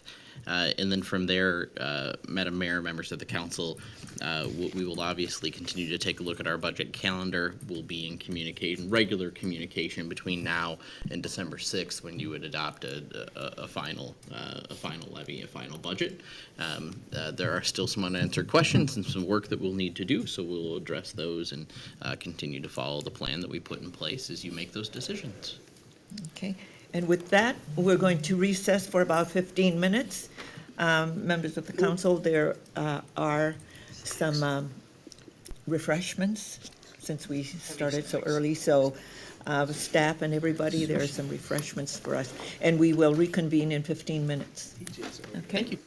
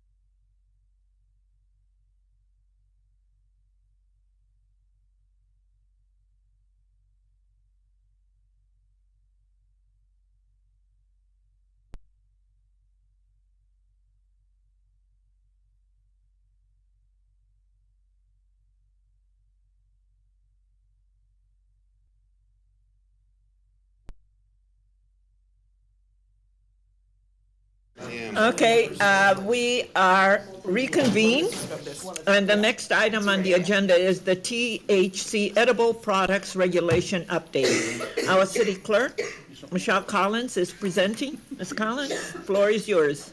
Thank you, Madam Mayor, council members. As most of you know, let's see if we can get this presentation up. There we go. As most of you know, we have recently had a change in the law that the edibles and beverages with less than 0.3% THC from hemp concentration is now legal in the state of Minnesota. So we've been, a team of staff members have been getting some information together, and we're giving you an update tonight. The law currently allows for 5 milligrams per serving and up to 50 milligrams per package. There is no regulations in the statute regarding who or where this can be manufactured or distributed. And there's no statutory limitations on how the city is able to regulate this through licensing or zoning or otherwise. The potential regulations that we're looking at is for what is currently legal now, but we also need to keep in mind that some form of expanded legalization may happen in the future. And we do expect that the state will consider something, not saying that it'll pass, but I think that we definitely will see some legislative bills regarding regulation of this product. Currently, what our staff has been looking at is public safety. What can we do, police, fire? How does it affect them? Licensing, what kind of parameters for licensing, kind of looking at tobacco and alcohol type licensing. Zoning, where in the city should this be located at? Should it be restricted to all sales in one district or another, that type of thing? We also need to make sure that we are addressing any issues that might address underage purchases and compliance with the concentrations and per serving restrictions that the law is currently set at. Like I said, we're looking at this similar to tobacco and alcohol, but there are some different specifics to this THC law that we are going to have to make sure that we address when we, if and when we do the regulation. Some of the regulation things that we might consider are like hours of operation. Probably wouldn't want this to be a 24-hour business in Burnsville. Age verification, making sure that that is being adhered to. Possible background checks, possibly if you want to limit it to certain types of businesses, and if not, then maybe we limit the number of licenses per business if you don't want an open-ended number of licensees in the community. The law does not affect, for human resources, the law does not affect anything that has to do with our CDL holder employees, and it also doesn't affect our public safety employees who carry a firearm. Those things are regulated by federal law, so we did not have to worry about that. For all other staff, the new law continues to provide no allowances for an employee being able to use, possess, or be impaired at work. That hasn't changed. And I know that the HR department has updated their employee policies to reflect the current law. Look at the HR department to see if there's anything else. Mayor, members of the council, no, I would categorize that correctly, Michelle. Great. Thank you. Public safety, when speaking with the chief, she said that there was no specific complaints or issues in the community that she's aware of. Nothing's been reported to the PD. They're not aware of any businesses that may be selling these types of products, and I did go on and do a quick Google search, and I couldn't find any, but I expect there's probably some out there that are selling it. Driving under the influence of a controlled substance is still a crime, the same as it's always been. The police have their standard operating procedures in cases where a driver displays any kind of impairment. So all of that still follows under that law doesn't change the law at all, but it will have some potential future challenges with traffic stops and calls for service because there's no case law on this. We don't have anything to fall back on, so once we start getting some case law on this, I think some things will change. I talked to our community development friends about potential zoning issues with this. We're expecting that that we probably should allow the sale and distribution in any commercial retail area. And we should allow for manufacturing in industrial areas. Makes sense. These are just high-level conversations. Today, the League of Minnesota Cities sent out a policy, and I think that the council has received this already. I did see it go out in an email. And their recommendations talk about support the state developing the regulatory framework for this and not having to do that regulatory framework at the city level. What it is, they want the state to do certain things, but leave things to the local level to make the decision. That's my second bullet Okay. point right here, Councilmember Gustafson. thank They're also specifying certain authorities for cities, such as to retain the right to zone, retain the right to be more restrictive than statute, and to simply opt out if a community wishes to do so. Also, addressing any public safety needs. They talked about the local enforcement being an unfunded mandate for cities, because this is not something that we've had to do previously, and now it's an additional resource for us, or additional use of resources for us. They also talked in their policy about how there's a lack of taxation on this product. Of course, everybody knows we have plenty of taxes on alcohol and tobacco, but there's no taxation on this product as of yet. What they're pushing for, again, is for local option, basically, for each community to put their own tax in for enforcement and that sort of thing as well. If they allow it, If they then allow they- it, yeah. then they are allowed to have a We have the tax. authority to tax it then. And also to address any public health concerns. Our next steps on this is we're looking to be patient and thoughtful with our approach. So since there are no significant operational concerns at this time, and we acknowledge that that could change, and if it does, we'll be coming back with a different story probably. But at this time, there are no significant operational concerns. We are expecting state regulations to happen pretty soon, and if that doesn't happen, again, we may be coming back to you with a different story at that time. We also need to consider any potential licensing requirements, and we are looking at what other cities are doing at this time. We've seen some cities that are implementing moratoriums right away and just say, put everything on hold until we know more. And then we see other cities who are adopting licensing right away. And we kind of feel like that might be jumping the gun a bit, because if we adopted these licensing regulations, whatever state regulatory framework gets put together may completely undo it, and we'll just have to back it all out. So it's kind of like we don't want to have to put all this time and energy into this regulatory framework when the state may just undo everything we just did. And then we also want to make sure that what we put together gets reviewed by our code review task force, because that's our citizen task force that reviews our city code. And I stand for any questions. Any questions? Or should we just allow Michelle and staff to continue the research that they need to do? Yeah, we're kind of tied until the state really does what they're gonna Yeah, do. and we're not going to want to do a moratorium, you know, that's not the direction we want to go. Allow staff to do the work that they're doing, and we might even have to look at next year, after the legislature do their work, because we don't want to be over our skis and do something and they come back and take it away or whatever, so let's move forward and allow staff to do that. It was interesting, during the fire muster, I had a lot of conversation with people asking about these, During what? huh? During what? During the fire muster? During Pe- what? Festival. About the THC. Burnsville Festival? Oh, Burnsville Festival.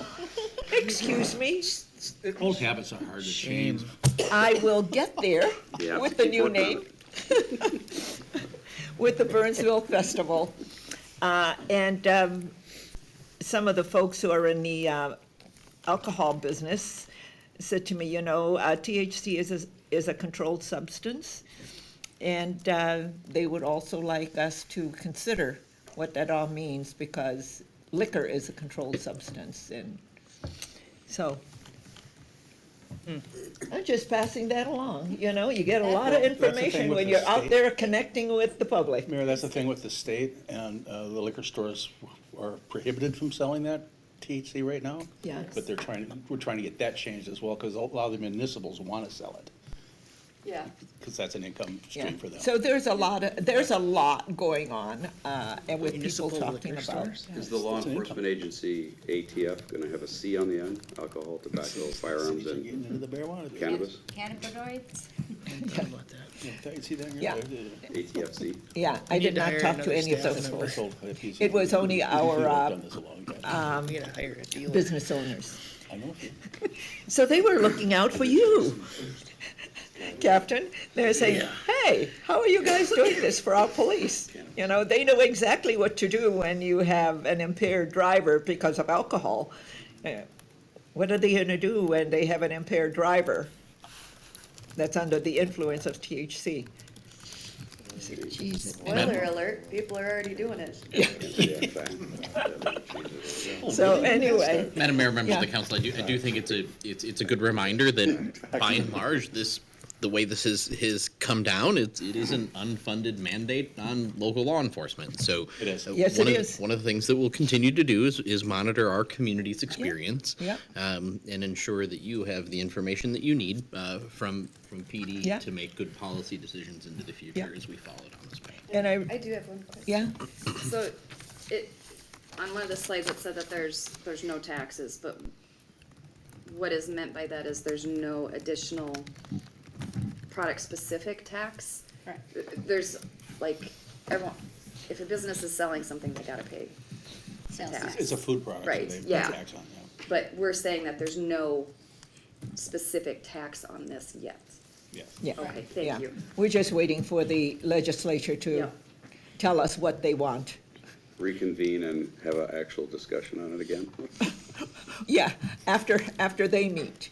Yeah. And I would say that right now, from a staff perspective anyway, we very much align with the league's position that we feel that it's important that we're at the table in those conversations. And that, Yes. this is Wouldn't an go well important for me. local issue to be discussed at the state Local legislature. control is very important. And I think you and I with MLC have a meeting on this particular subject also coming up. Yes, Madam Mayor, Yeah, next week. I believe so. Okay, very good. I can add, Madam Mayor, the Minnesota Retailers Association, which I've been a part of for over 20 years, their position is they believe in responsible selling, age 21, et cetera. And that they think there's an important role for ensuring the integrity and safety of the supply chain and the product. They also think the opportunity to sell should be fair and not restricted to, say, just a vape or tobacco product only store, to your point. Yeah. And clearly, the legislature intended for there to be responsible retailing, and at the same time, opportunity for responsible retailers to sell it. Yeah. It was interesting because when all of this came up, I asked Greg if he and PD could take a look and see if there's anybody selling any of these products in the city. And you guys didn't find any, right? Well, Madam Mayor, certainly, we don't operate under anecdotal evidence. The PD has not received any complaints. Yeah. And nor would I send the PD into businesses to check. So We don't license it, so we probably Yep. wouldn't know anyway. No, we wouldn't know, but, just in case somebody know said, what. oh, I can go and get some brownies at.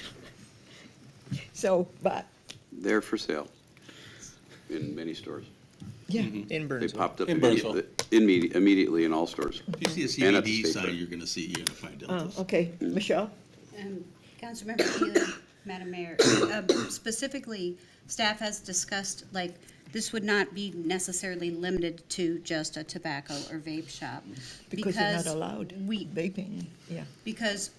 specifically because CBD from hemp, there are many homeopathic and other types of stores that sell that type of thing. Yeah. And we think that the THC from hemp may have similar applications in those types of stores as well. So I think that there are other ways that, there are other sellers that may want to sell this product besides just your tobacco Stores and- vape type. Yep, absolutely. But the law says that they can't Chiropractic.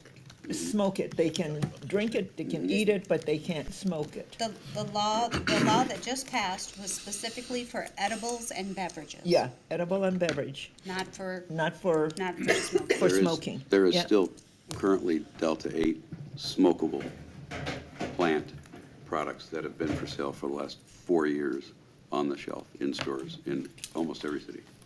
This God, I bill did not cover that. don't know What anything about, about that.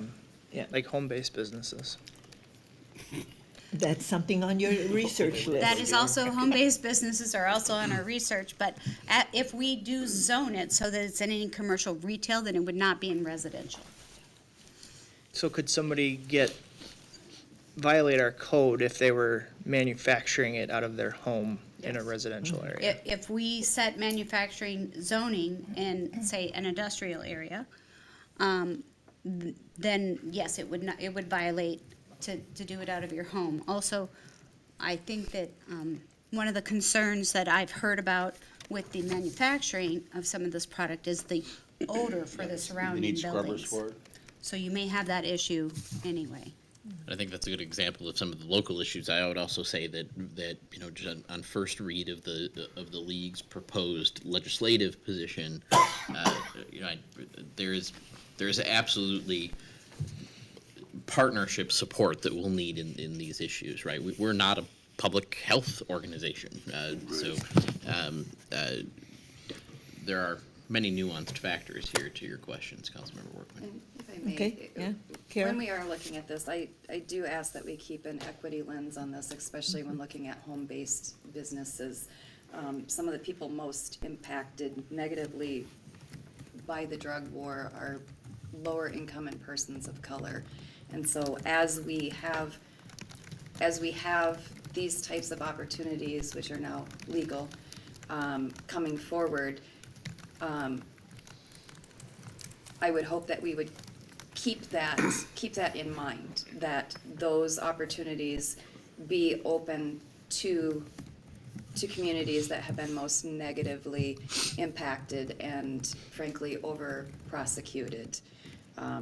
So, you know, that's what I'm throwing out as well of, you know, as our city's navigating forward on this, to keep that in mind. Okay, yeah. Sure.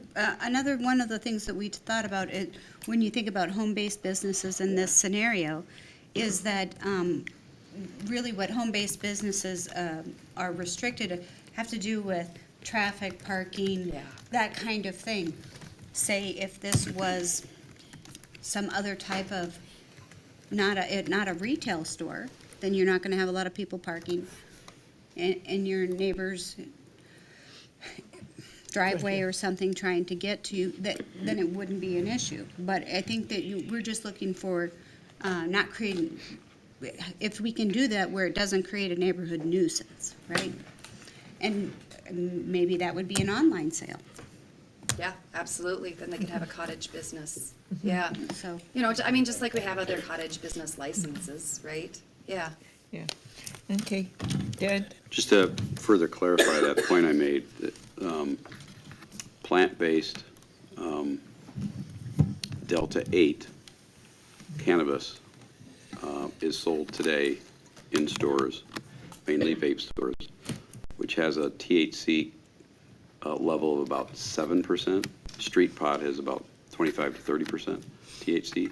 These new edibles within Delta 9, which the Delta 8 was something that was never called out in federal law, and that's why about 4 or 5 years ago, Delta 8 came onto the market, because it's not actually covered under any laws. It's a weaker version of the cannabis that you can buy off the street at 7%. And it's also in oils, and so it can be vaped, and there's edibles. So Delta 8 has been out there quite a while.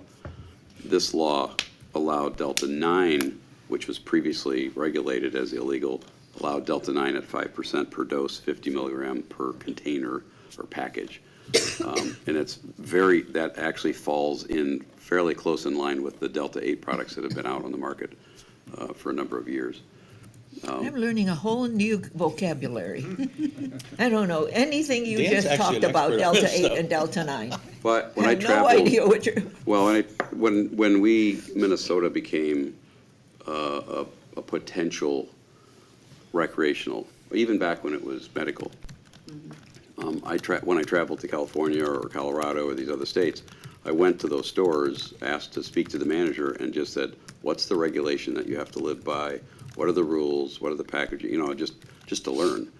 And then when I came back, it was about 2 years ago or so, I went into a vape, because I'd heard something about Delta 8 in the stores, and I went in and I was floored to smell a container of Delta 8 cannabis, flower plant, that smelled as strong and as potent as any other cannabis I'd ever smelled, and that it was for sale, and that it was legal. It's because it had never been carved out. I think the legislature had a discussion about that when they were doing this Delta 9 THC bill. But as we've learned, they didn't cover a lot, and it was not a very well vetted process and bill. It was sort of tagging on to other things.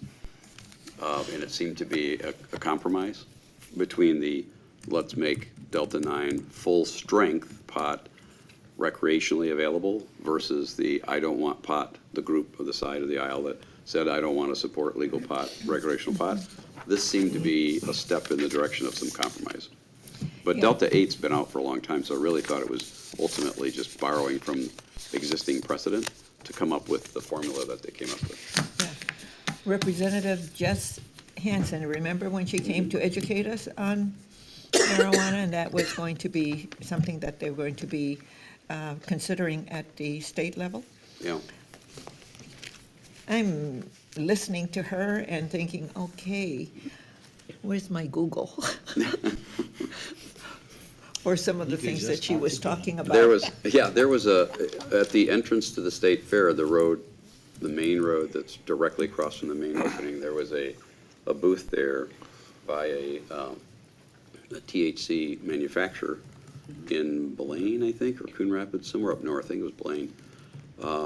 And they really didn't want to get into retail. They wanted to be purely manufacturing and supply, but they had a table there to promote their business. And I had a chat with the gentleman there for quite a while, just asking about how this whole thing is going, because the Minnesota retailers, as I mentioned, has been in deep discussions about it.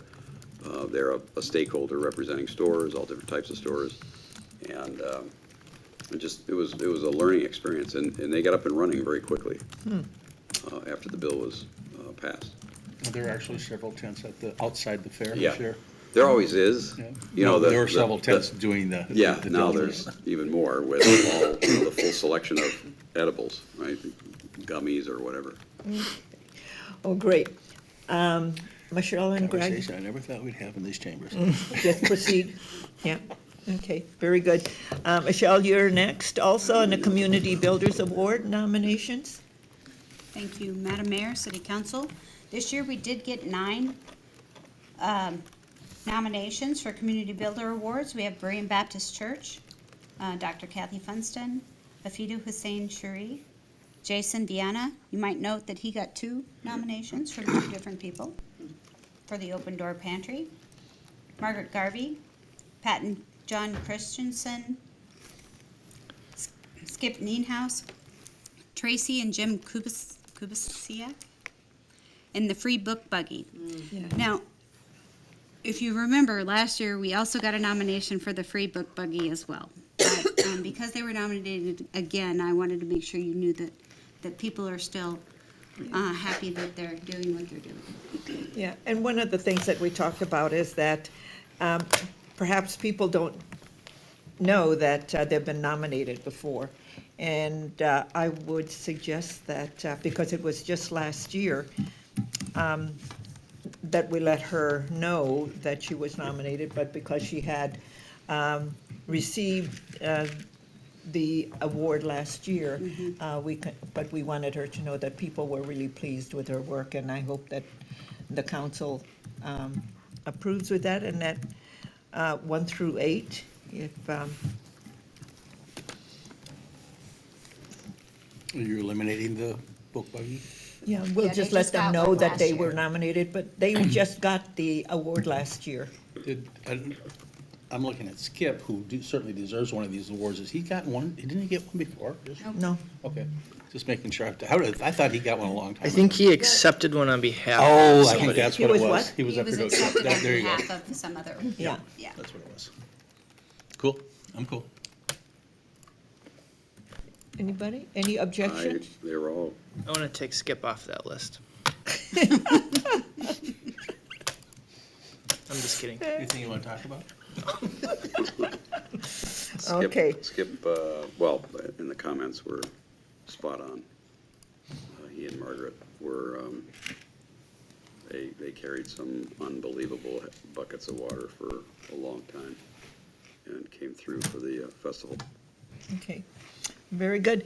Okay, so 1 through 8. Thank you. Thank you, Michelle. Okay, and now we are at roundtable. And Councilmember Keeley, this is about the youth outdoor athletic fields. Scheduling.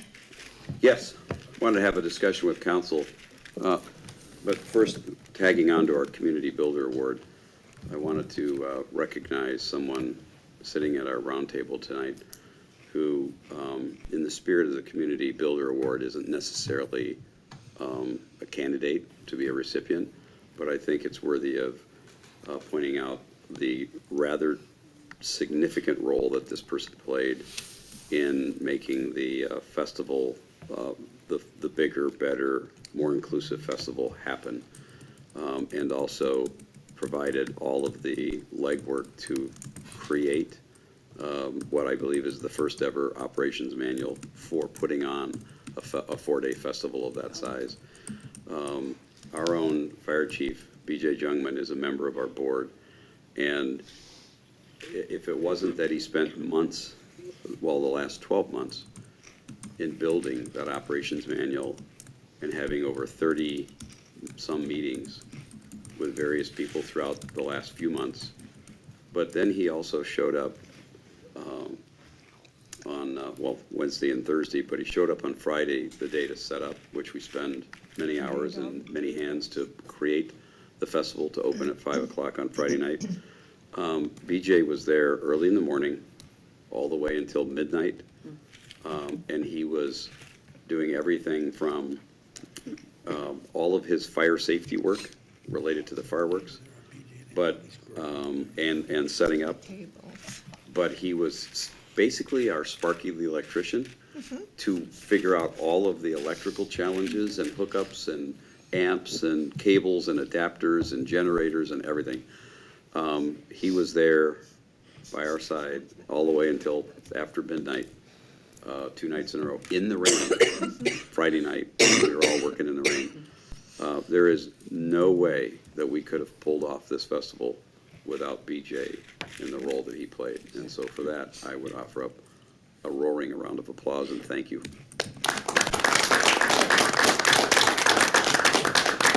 And I'm Thank not you. surprised That that was- he put the manual together, because he also put the manual together for our fire operations. And also, when we had things going on, and I remember this so vividly with, when we had the McDonald's incident, it was Chief Jungman who did all of the work with looking at all of the policies and ordinance and everything that had to do with that. His head was in that manual, so, and he's just a great leader. Thank you so The best, much. the very best. Yeah. Thank you. Not necessary, and I would just recognize there were a lot of other people. There was people from Public Works, from Parks and Rec, community engagement that were a huge part of making that possible, so. But you solve problems even at the laser light thing where it was, oh my God. Yeah, Hugo took care of some of those. Hugo took care of some of that. I don't know if you Just knew don't plug it into a everything, 110, you're but fine. I mean, he. It takes a oh, village. yeah. Chevy Chase. Hugo and Chevy and Chase. BJ, oh God. I am blessed to have so many talented individuals. I'm sure I didn't get to know half of what are the things that went wrong, and they were just fixed by people like BJ and Skip Yeah. and Hugo Hugo. and others and JJ and Yeah. Amber. They just stepped up, fixed the issue, We and have a never brought it to great my attention. And staff that's- here at the that's what city. great people do. Right? Great staff, problem solvers, they did all of that. But I can't tell you, that laser show became, the guy, you need to talk to him. He did no advance work. So he comes up to me and he says, Mayor, we need to turn off that light and that light. These are street lights. I said, no, we can't do that. Did you talk about that? And then at the same time, he does not have, talk to the fire chief that he was going to have these fire bombs going off and people, and so there he is trying to solve that problem, and Hugo is trying to solve another problem with regard to Well, you got flash bombs? Using smoke bombs. smoke bombs. Oh my God. But he did not do any advance work. Did not Made do a nice effect any. on the smoke. Yeah, I did see a little smoke. Yeah. Councilmember Keeley, members of the council, I appreciate your recognition of BJ and the other staff who've worked tirelessly. The festival and fire muster is a community event. It's very important to all of us as a team that we're strong partners with each of our different legacy events. And I'd also like to express my thanks to the vast array of staff who put in a lot of time and energy, both in planning and over the course of the past week, to make sure that the community had a great experience. Yeah. So, Well, thank while we're you. on this, I'll give you just a really quick recap. I'm taking some words out of our liaison's mouth, but I've done that a couple times lately. It's all yours now, Dan. We had rain Friday. Yeah. That And Hugo, Greg and I can attest to that. Yes, sitting you were on there. it. got a And we little thank chilly. Holly. kind of Oh, rained on our thank parade, Holly. but not the parade, but rained on our Friday night. But what happened on Saturday in the sunshine was a realization of the vision and goal that we had, which was to create a diverse and inclusive festival where everybody in Burnsville felt welcome and could enjoy. And I drove around many times Saturday, right after the parade, and I came in near the front because I needed to get to the multicultural stage. Otherwise, I always like to be in the back. And immediately, the kids' zone was overwhelmed with people. It was so crowded, and the parade was just started. And then as I got back into the rest of the grounds, normally after the parade, historically, between the end of the parade and 5 o'clock, it's very dead. There really was never much to draw. There were crowds everywhere immediately from noon or 11 o'clock on. I walked through and it was like it was 5 o'clock already, and it was 12:30. If that, it was probably 12:15. And what I saw was representations of our entire community enjoying themselves.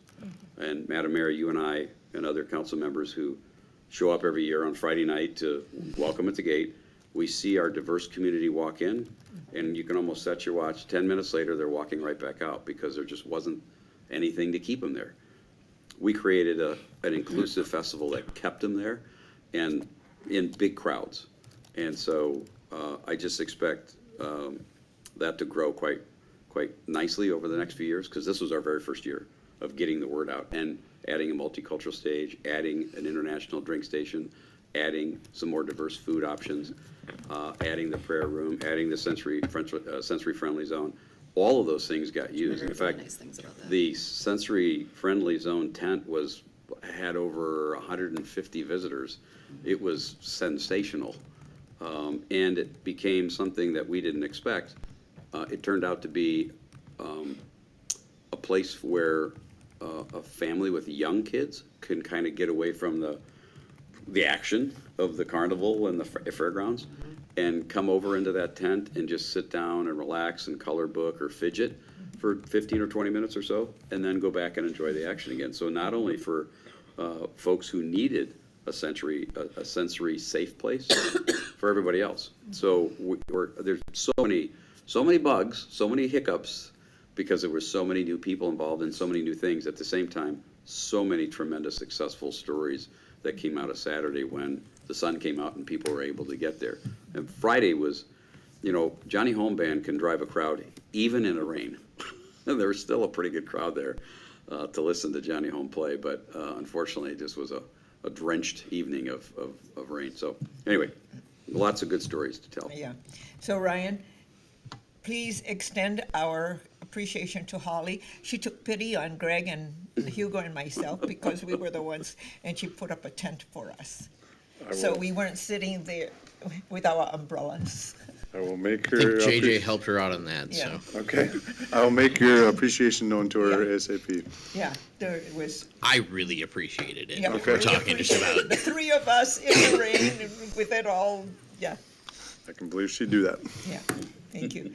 Okay. So back to Dan, you wanna scheduling talk of youth about outdoor your- athletic fields. So what brought this up was at our Burnsville Festival, we had a soccer tournament, which was brought forward by Jason Popkin, who owns I Got Skills, which is a soccer club and training facility business that serves 90% diverse kids and families.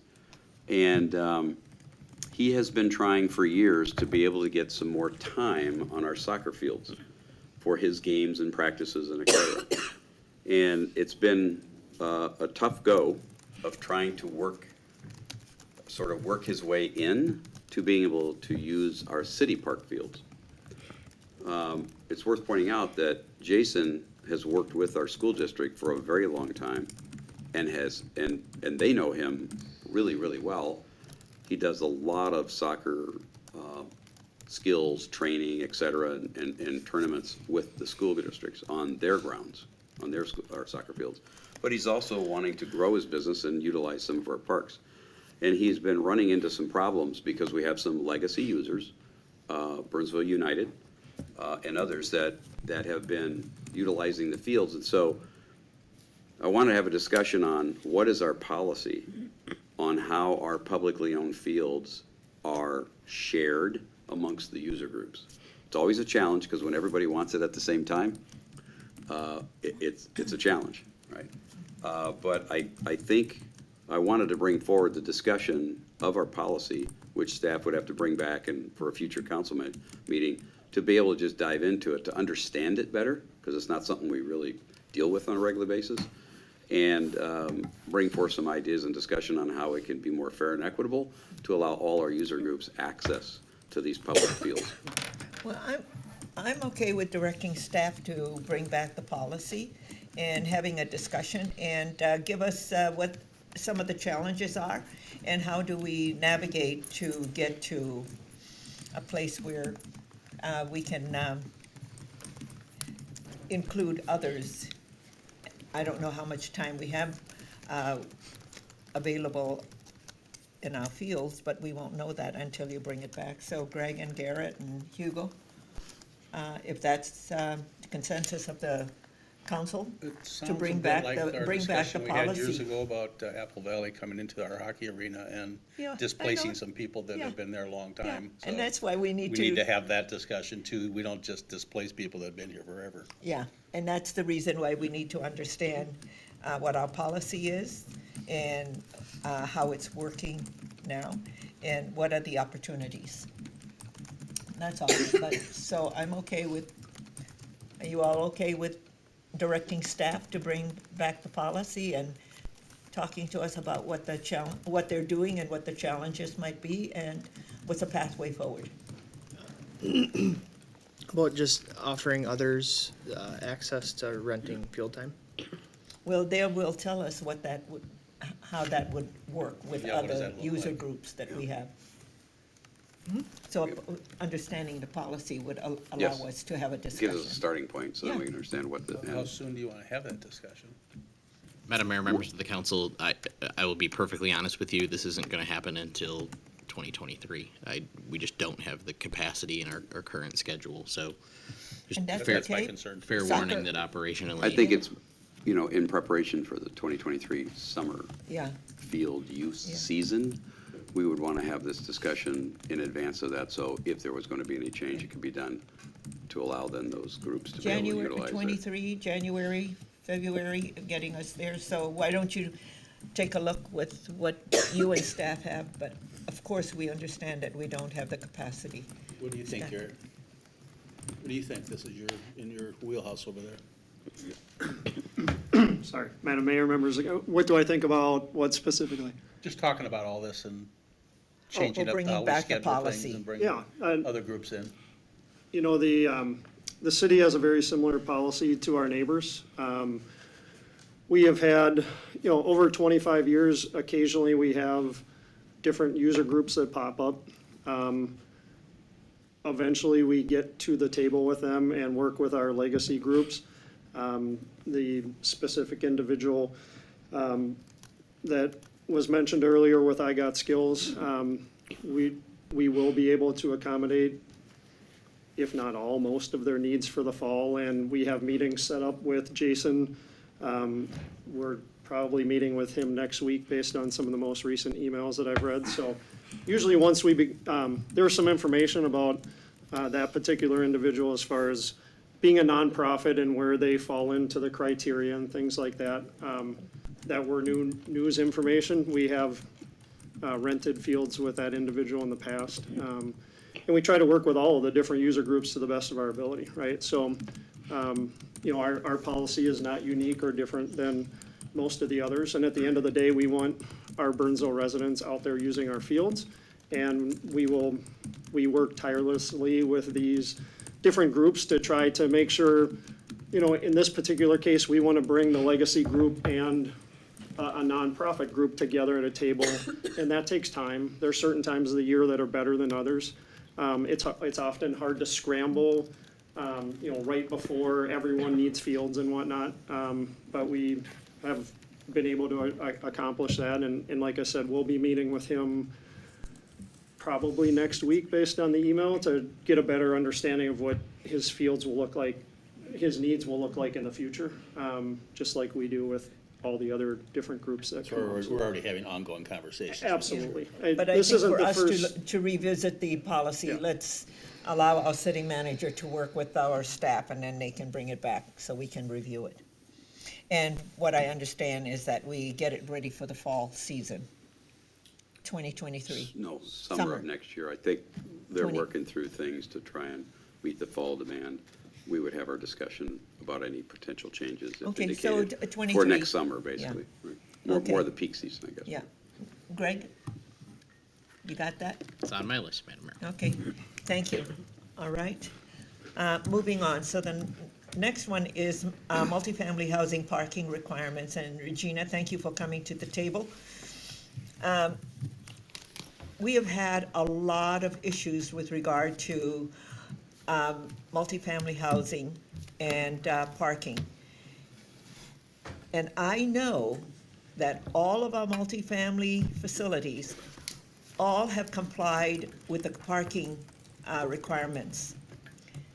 But a lot of them don't, a lot of the residents don't want to pay the monthly charge. So they park on the streets and create issues not only for the residents in the area or the businesses in the area or our staff.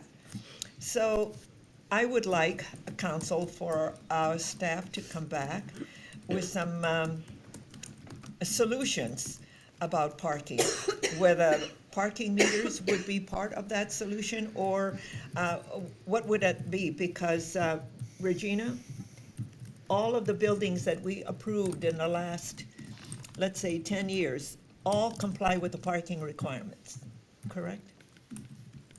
We do have one recent parking or recent apartment building that actually has proof of parking that was approved that has not been installed. That may actually help some situation.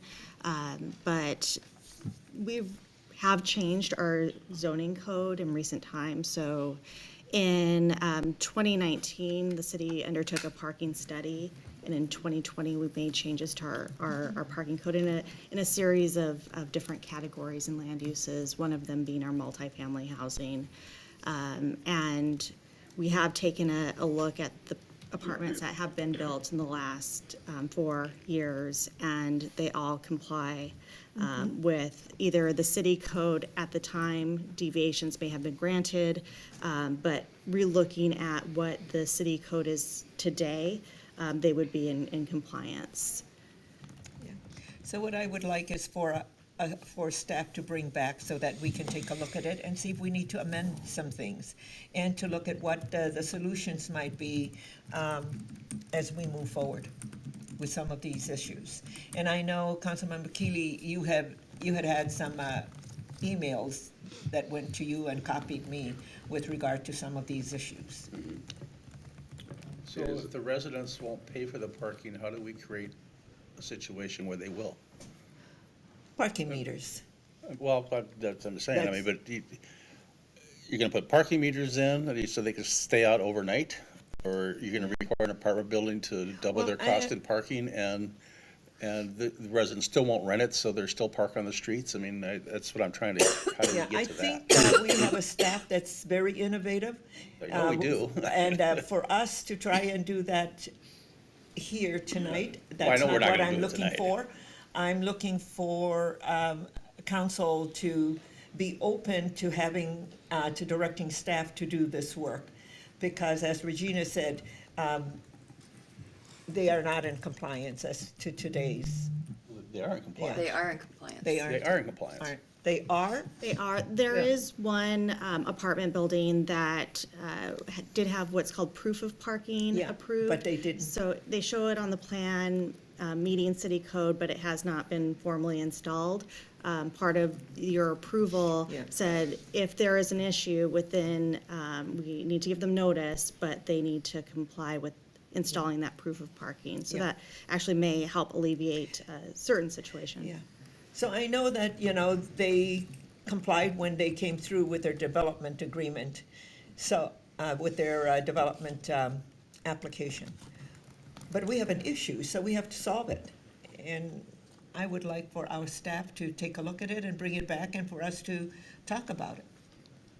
Madam Mayor, members of the council, for clarity, is the ask of staff to bring back solutions related to on-street parking in the vicinity of multifamily developments?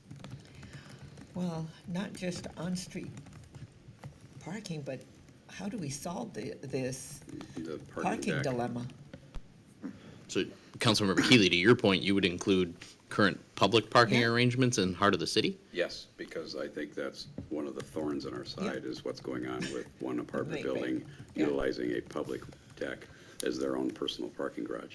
But that was part of their approval. I would, That's why we're talking about. That's No, what- but We need to I'm change just our- saying, that was, and the heart of the city was designed as shared parking throughout the entire heart of the Well, city anyway. and But it's in the not framework.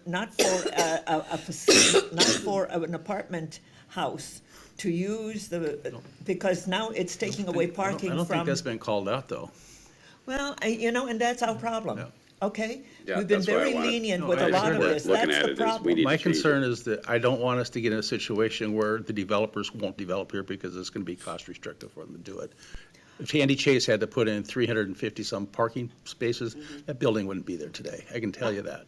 But Andy Chase is in compliance, both galleries are in compliance. they are. And Andy Chase's people are not the ones parking on the I street. understand that, but I'm just saying, if we change it for one, we have to change it for all. You don't say this particular has to do it, and the other one Well, doesn't. Well, I would just point to the previous apartment and multi-housing that was developed a few years ago. This problem really didn't exist. We don't have cars using the entire bottom No. level of a deck because it's across the street from their apartment, and they decided, well, I don't need to pay for an underground, I'll just take the freebie across the street. we don't have that scenario. And one, we do, and it's caused a major problem because, quite frankly, there's no incentive. I have underground across the street that the city provided for me. Why would I pay $50 a month for this one, right? And that wasn't the intent. That wasn't the spirit of that shared parking arrangement. Was go ahead and just take up the whole lower level with your own Yeah. residents, Yeah. and we'll just give up half our deck to you. Yeah. That was never was part of the discussion. I do understand that, Yeah. but we allowed them to do that as proof of parking when we allowed them to build that building. Is that how we did the proof of parking for the Maven? The proof of parking is related to the Rise on Grand, or now Yeah. But not the Maven. Eon property. The Maven, Has surface It's parking. a public parking ramp. the Maven property, in our staff reports and presentations, we did mention that the parking deck is available up to 48 hours could be used as overnight parking for the public. The public meaning could be residents of the Maven. It could be literally anybody that lives within the vicinity that would People at the like to Med take advantage Cruise, of that. Ames Center, The proof of parking in the heart of the city is across the whole it district. is. Yeah. It's So shared the- parking, the whole So I district. think I remember when we approved that project, I anticipated it being, used incidentally during Yeah. the day, not as their garage. Yeah. It's their for personal garage guests. from their perspective, because Well, there's, is it the problem that the apartments charge their tenants to park? probably because it creates a disincentive to do that when you get a free one across the Instead street. of the parking a parking space comes with your apartment? Well, that's what we don't know. Yeah, so but I mean, it's- that one I'd like to know myself. Yeah, because there are some that's apartment what we buildings where- don't know, whether the rent agreement is only for the rental of the And maybe that's the housing fix, is and, they have and to something include parking different for the with at least one parking. parking spot with Yeah. the space and not Yeah. build it into their rent. Yeah, So they don't take that choice to Yeah. use public parking. yeah. Well, but that's something that we can take a look at, and then when we look at the development, application, the development agreement might say that you might have to charge your renters, not only for the rent of the Build it into their unit, rent. but also for the parking. I just don't want to prohibit development by adding. I don't think that that would happen. At $50,000 a stall for underground parking, it could happen awful quick. Well, they're building it anyway, Not And it- necessarily. underground parking? Well, they're going to build it, but if they have to build twice as much as they have built, it gets very expensive. No, our code is specific as to how many Well, that's what I'm parking trying to spots find out. per Is unit. it the apartment owners causing it because they're charging the rent? Well, that's what we need to direct And staff that to find that I out. would like to know. Yeah, and that's But what I I'm don't saying. want to, I don't want to change our code. I don't want us to talk about something we don't know anything about until our I staff know a does little the bit work. about it. Madam Mayor, members of the council, for clarity, to try to frame the problem, it is, you're looking for a discussion on parking challenges, be it on-street or in parking decks, related to multifamily development. Yes, Actually, the whole city. yes. Or, to Councilmember Gustafson's point, throughout the community in different uses. I mean, Yeah. Because right now, we also have I would people, love to talk about on-street parking. I knew that was going to happen. well, the thing is, we have a lot of people with regard to on-street parking Open it back up. that's come along, especially on Parkwood and also down in River Hills with some of the multifamily housing around there, going down. So there's, it's becoming a problem in our community and we need to address it. It's going to be a big subject for us to handle, to take on. Well, That one will be. I would like for staff, I'm not looking for it to be done this year. I know you don't have the capacity to do any of that. Just tell us when you can get it done. Bring something forward. Right now. Watch these two huddle over there. Yes, Three things. My understanding is many of the apartment buildings in the heart of the city were approved with less than what was code at the time. Now with the new TOD zoning, some of those have come into compliance. So they weren't always approved with the adequate And I think it was basically based upon shared parking models that exist and the fact that we have all this parking out there. So that's one. Regina can correct me if I'm wrong. He's right on. Okay. And reductions because of the proximity to transit as well. And I think we need to be honest about that. Just because it's a transit-oriental zone doesn't mean that the people living in the suburbs don't still love their cars. Fair enough. Let's be honest. Second thing is traffic committee meetings that we have. We talk more about parking than anything else. We talk more Yep. about the parking right now than we do stop signs or speed limits or what have you. We talk more about complaints we get about on-street parking. So Yep. that is a primary thing. Number three, we have $75,000 in the 2023 CIP for a heart of the city parking study. So that may be the vehicle we could use to try and solve some of this and take a look at what's going on. And you know, the one time we looked, we had a full event at Ames Center and there was still plenty of open spots in the heart of the city. They may not have been the perfect ones right in the deck, but we had that whole row of available parking. So, my old boss Steve said, let's make sure we have a problem with parking first, but that's just, Well, it's so- good to know. Well, these are some of the things that you all can bring forward with regard to what is, if you have that budgeted, then Yep. let's take a look at that. Right. That may be part of the solution as we move forward. But, you know, if we don't look at it, then it becomes worse. just carries on. Couple things from my perspective, Madam Mayor, member of the council. It sounds like this is a discussion that you want to have, at least by a majority of head nodding and comments. Yeah. It's gonna go in a different direction. I'm going to be a wet blanket and say the same thing I said with the last item. This is something that's going to have to come back to you in 2023. And I'm okay with that. I'm not looking for an immediate solution. We have a lot of things on your plate right now, between now and the end of December. That's not my expectation. And I don't think that's the expectation of my colleagues on the council. Right, everybody? Okay, everybody? Thank you, Mayor. That's- yeah. Members of the council will take the discussion from tonight. I'll go back to the leadership team. We'll talk a little bit about framing, how we might bring a discussion back to you, using the input that you've provided for us this evening, and also being cognizant of both recent past studies related to parking and upcoming initiatives that we have planned. Okay, thank you very much. Reports. Vince? Fire muster was this weekend.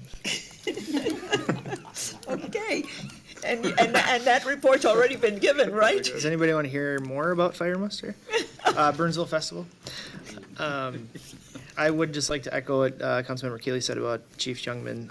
I did not participate as much as I normally do this year, and BJ really stepped up and filled some roles that I typically am a part of, like electrical guy and running cords and stuff. And so I'm grateful BJ was there to have my six and step in when it was needed. So great asset to the team. Other than that, I have nothing else.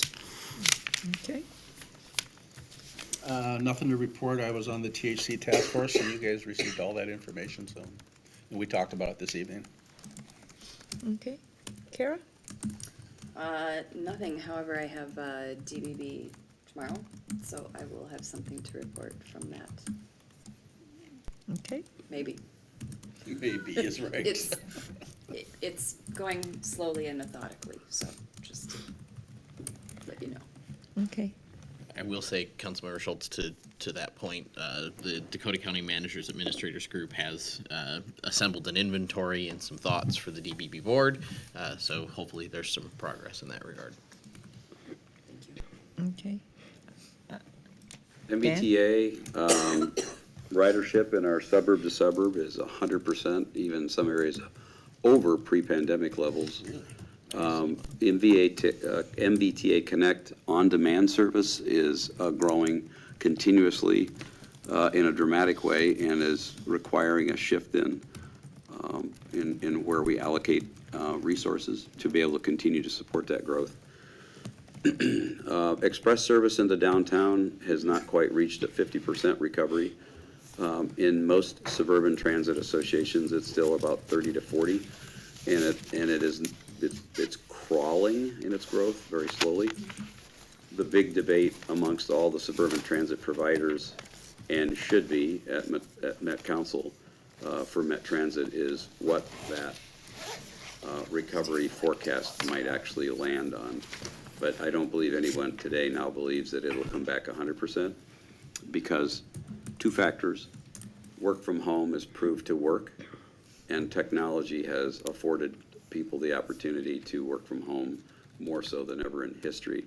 And so major shift in transit approach and major shift in funding is coming. And there's no larger outfit that's going to have to shift more than Met Council in Met Transit, because what they are spending on the Southwest Light Rail, which still has a $500 million budget deficit because the price tag keeps going up and up and up, and it's more than doubled, is flying in the face of what today's transit demands really are. People are not getting out of their homes in the suburbs and getting on a bus or a light rail into downtown to go to work. They might be doing that for play or for games, but they're not doing that to go to work. And so the subsidies are going to dramatically have to go up because of the dramatic reduction in the number of people utilizing them. And circumstances like bus rapid transit will also have to be looked at, the Orange Line being one of them. There's just not a lot of ridership demand in today's world, and we're going to have to face that reality fairly soon. There's a lot more dynamics at play, and this is going to be an exciting transportation discussion legislative session coming up next year. STA, because of Met Council's lack of desire, or maybe admittedly the means under the current law to be able to do so, they have not structured an option for virtual meetings. And so last month, I resigned from the Transportation Advisory Board because I cannot take a 4-hour block of time to drive into St. Paul for a 3-hour meeting and then come back. It'd be more like a 4.5-hour piece of the middle of my workday. And in all honesty, I wasn't willing to give up 6 PTO days a year just to attend the meeting, because the virtual option disappeared. There's about 48 people on the call for the last year and a half. We've been conducting very productive meetings through Zoom or similar, and it was very unfortunate. There are a lot of people on that board that are very frustrated that the virtual option was not pursued. And so we face this a similar situation here because there's a lot of elected officials on that board. As of yesterday's STA meeting, Gary Hansen, council member from Egan, is planning to resign as a Metro Cities rep and shift into representing the Suburban Transit Association. On tab? Pardon? On tab? On tab, yep. And he'll be a great representative. He's been on it for many years. Yeah. As an appointee from Metro City, so he'll just and we worked very closely together, along with a couple other members that have been on He's still tab on for a long time. MBTA board. He's still on the MBTA board representing Egan. I will say, in the year and a half that I spent on that board, after several months, really mostly the first year, noticing a lack of, in my opinion, much deserved respect and time by the STA, I feel good about the changes that I was able to make, and I advocated very strongly that the STA be a presenter and not be a side comment by Met Council representative talking about Metro Transit and barely getting mentioned for anything.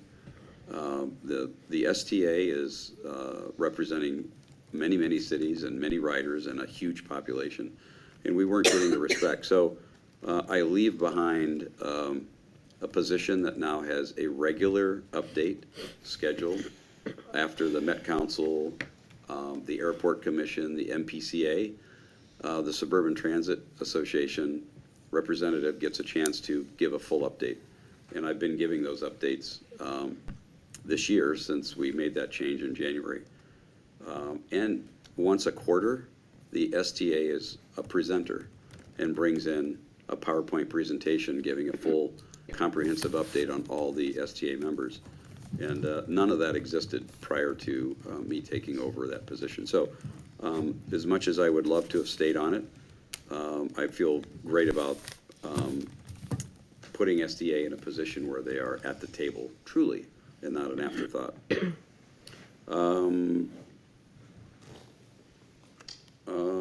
The Chamber Public Policy Committee is planning on a candidate forum, which I'll be in, which feels weird saying that. I'm passing on that information. I think, did Jennifer say it's going to be virtual? Yes, it is. It is going to be virtual, and it's coming up in October. Dan, do you know the date? I'd have to go through emails, but I can share it with you. I'll find it. She sent out to all the candidates a date and time to ask if this worked. It's in early October, so I don't think she has published that yet because she's got to hear back. I was going to say, Michelle, I haven't heard, but I've asked. So. Yeah, because she talked about it at our meeting, but she didn't. I don't believe there But was a date. there wasn't a date. I do believe she said that she would follow up on this. I-35s has taken the month of August off, as many committees did. And we actually didn't have anything pressing, and the September meeting was canceled, so we'll get back together in October. That's all. And NLC meetings are just kind of gearing back up. They took a month off as well. Okay. Greg and Ryan, our Savage Burnsville meeting, I'm going to report on that. If I'm missing something, please fill in.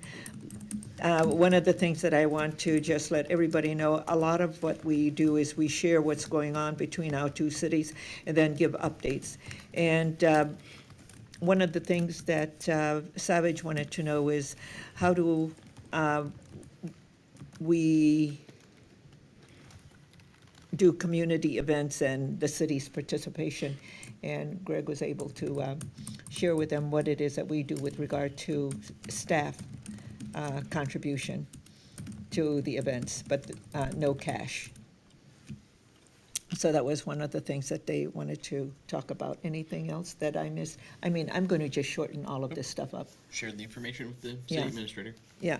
So the other is THC. They wanted to know what we were doing, whether we were going to do a moratorium. We said that we have staff working on that and that we would be getting a report, but we're going to just continue to do the research and wait for the legislature so that we're not making decisions that's going to have to be reverted after the legislature convenes in February. The other was code enforcement. They wanted to understand what we were doing with code enforcement, and we were able to talk to them about what we're doing in our code enforcement task force. Is there anything else? I'm just going to shorten all of this. Then Ryan talked about the Highway 13 funding opportunities that we have, because we have been working very closely with Savage on the 13 corridor, and they've been very helpful on all of our initiatives. And we talked about the Nicollet Avenue, and Brian, you talked about the grant opportunities that, Yeah, but we didn't get the rise, right?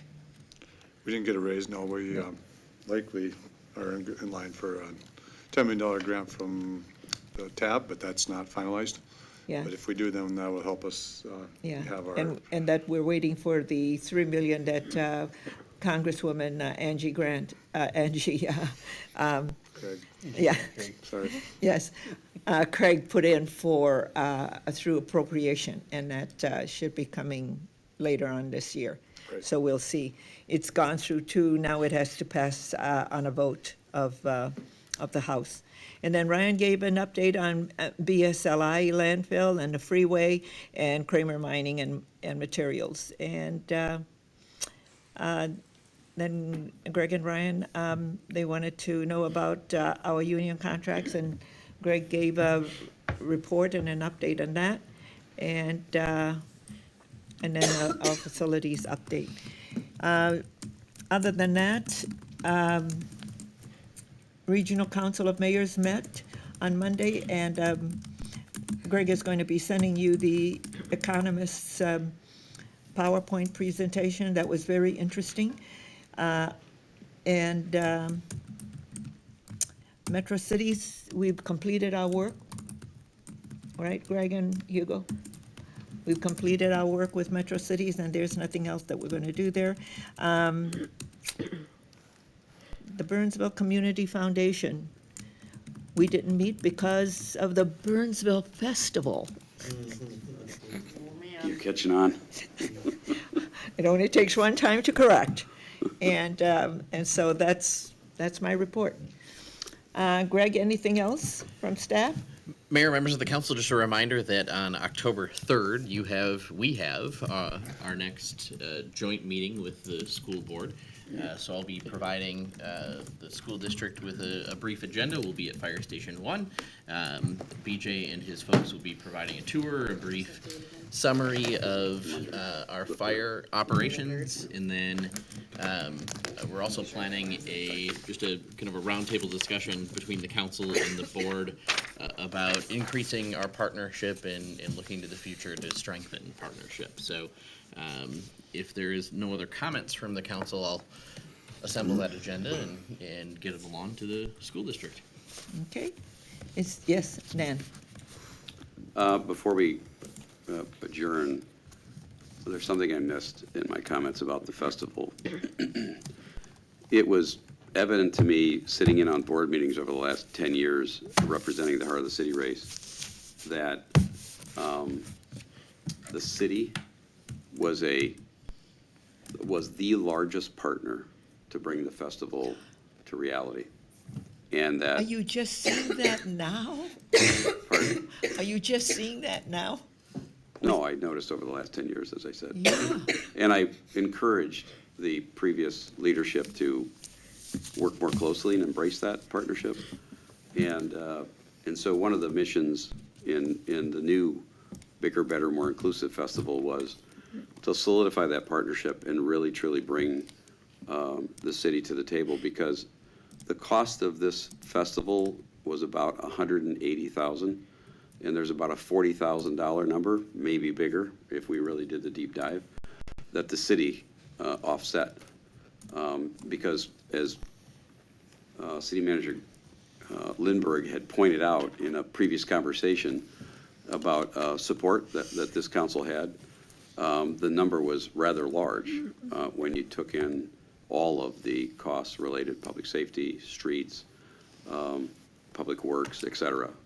Parks. And parks. So we have enjoyed an absolutely kumbaya partnership from the get-go this past year. Garrett sat in on some of our early meetings. Amber and JJ were there. BJ being on the board, of course. It has been a wonderful experience to work truly that close with the city at the table, at every meeting, at every step of the way, and have, as I noted earlier, what the heavy buckets that BJ carried. Amber stepped up early on and said, "Let us run the Wednesday block party on the plaza." And it was a I can't tell you success. how big of a relief I felt personally when she said that. I was like, hallelujah. And it was a great success. It was a phenomenal success. We put some money Better behind than it. any of the ones that I've been to in the past. We put some money to bring some entertainment. We wanted kids to get face painting. We wanted balloons. We wanted a clown. We wanted inflatables. We wanted it to be a really good, fun kickoff, because that's our first major in-person event. And, the energy followed right into Thursday. I will say the craft beer tasting, the biggest donation 360s in recent time was last year at 230 people or $2,300. I believe it was 3,600 this year. So my goal was to take it to 400 people, and I got close. We're at 360. But it'll get bigger next year. I'm stressing Dave at Red Lion out a little bit because he's like, the plaza's only so big. I go, no, we got room. We can get 500 in there. We can go even higher. And then, of course, Friday, as everybody knows, got a little rained out. But really, I want to get back just the partnership from Greg, from Hugo. Hugo was sending me notes. What can we do? Is there anything we can do in his group? BJ being at the table, Amber and JJ, Garrett. It was fantastic. And everybody, and I said this before, everybody that comes to the Burnsville Festival believes the city put it on. Yeah. And I like that. So our website was built around the city logo with "You belong here" everywhere, on every page, and in the header in many of the pages, along with the school district. And so I wanted the guest experience to be good. I wanted it certainly to be inclusive, but I also wanted people to understand that the city really is, in many ways, putting on that festival, along with over 100 volunteers. Yeah, So- let's not push that too much, because they'll think that property tax money is paying for the festival. Oh, no. Go to our So sponsor let's- page and you'll find out why it's not a Yeah. big property tax drain, like other cities who don't have any sponsors and the city actually pays for the whole thing, or most of it. Our long list Yeah. of sponsors is significant. Yeah. And that's who helps bring it. But the city does a big share. The Yeah. city's the largest sponsor, let's put it that way. Well- No one gets close to the amount of support that Yeah. the city provides. And I want people to understand that the city, Greg and our staff, are truly committed to making it a great experience for everybody. Absolutely. And so, and that's the first time that's happened in this city, right? Yes. And so. Thank you, Greg. It's going to get bigger and bigger and bigger. And, Thank you, BJ. Do we have to bet. build a bigger park? Thank you, Hugo. No, we have to build a amphitheater into the side of the hill. Get rid of that little one. and That build little it. one, turn it around, and Yep. get it back in there. Yep. Yeah. Like the Red Rocks of the North. And you're going to raise all the money to do that, right? The Lions already said they'd pay for it. Yeah. It's going to be the Lions Amphitheater stage. It's Yeah. $500,000. Yeah. They said, "What do you Ga- need?" And Garrett and I are sitting here thinking, wait a minute, there are some other things that have more priority up on top than that. So thank you, everybody, Yes, Ryan, it was a great partnership. Tom, Garrett, Very, very close partnership. Don, Jenny, Bethany, and Carissa, and the fun van. Oh, yeah. Carissa was right there. You got I mean, cable our TV. whole staff. I mean, and we. Thank you for the press release. Carissa wrote an outstanding press release that got us to appear on KSTP on Saturday before the Yeah. event. So It was a wonderful interview. that was a great one.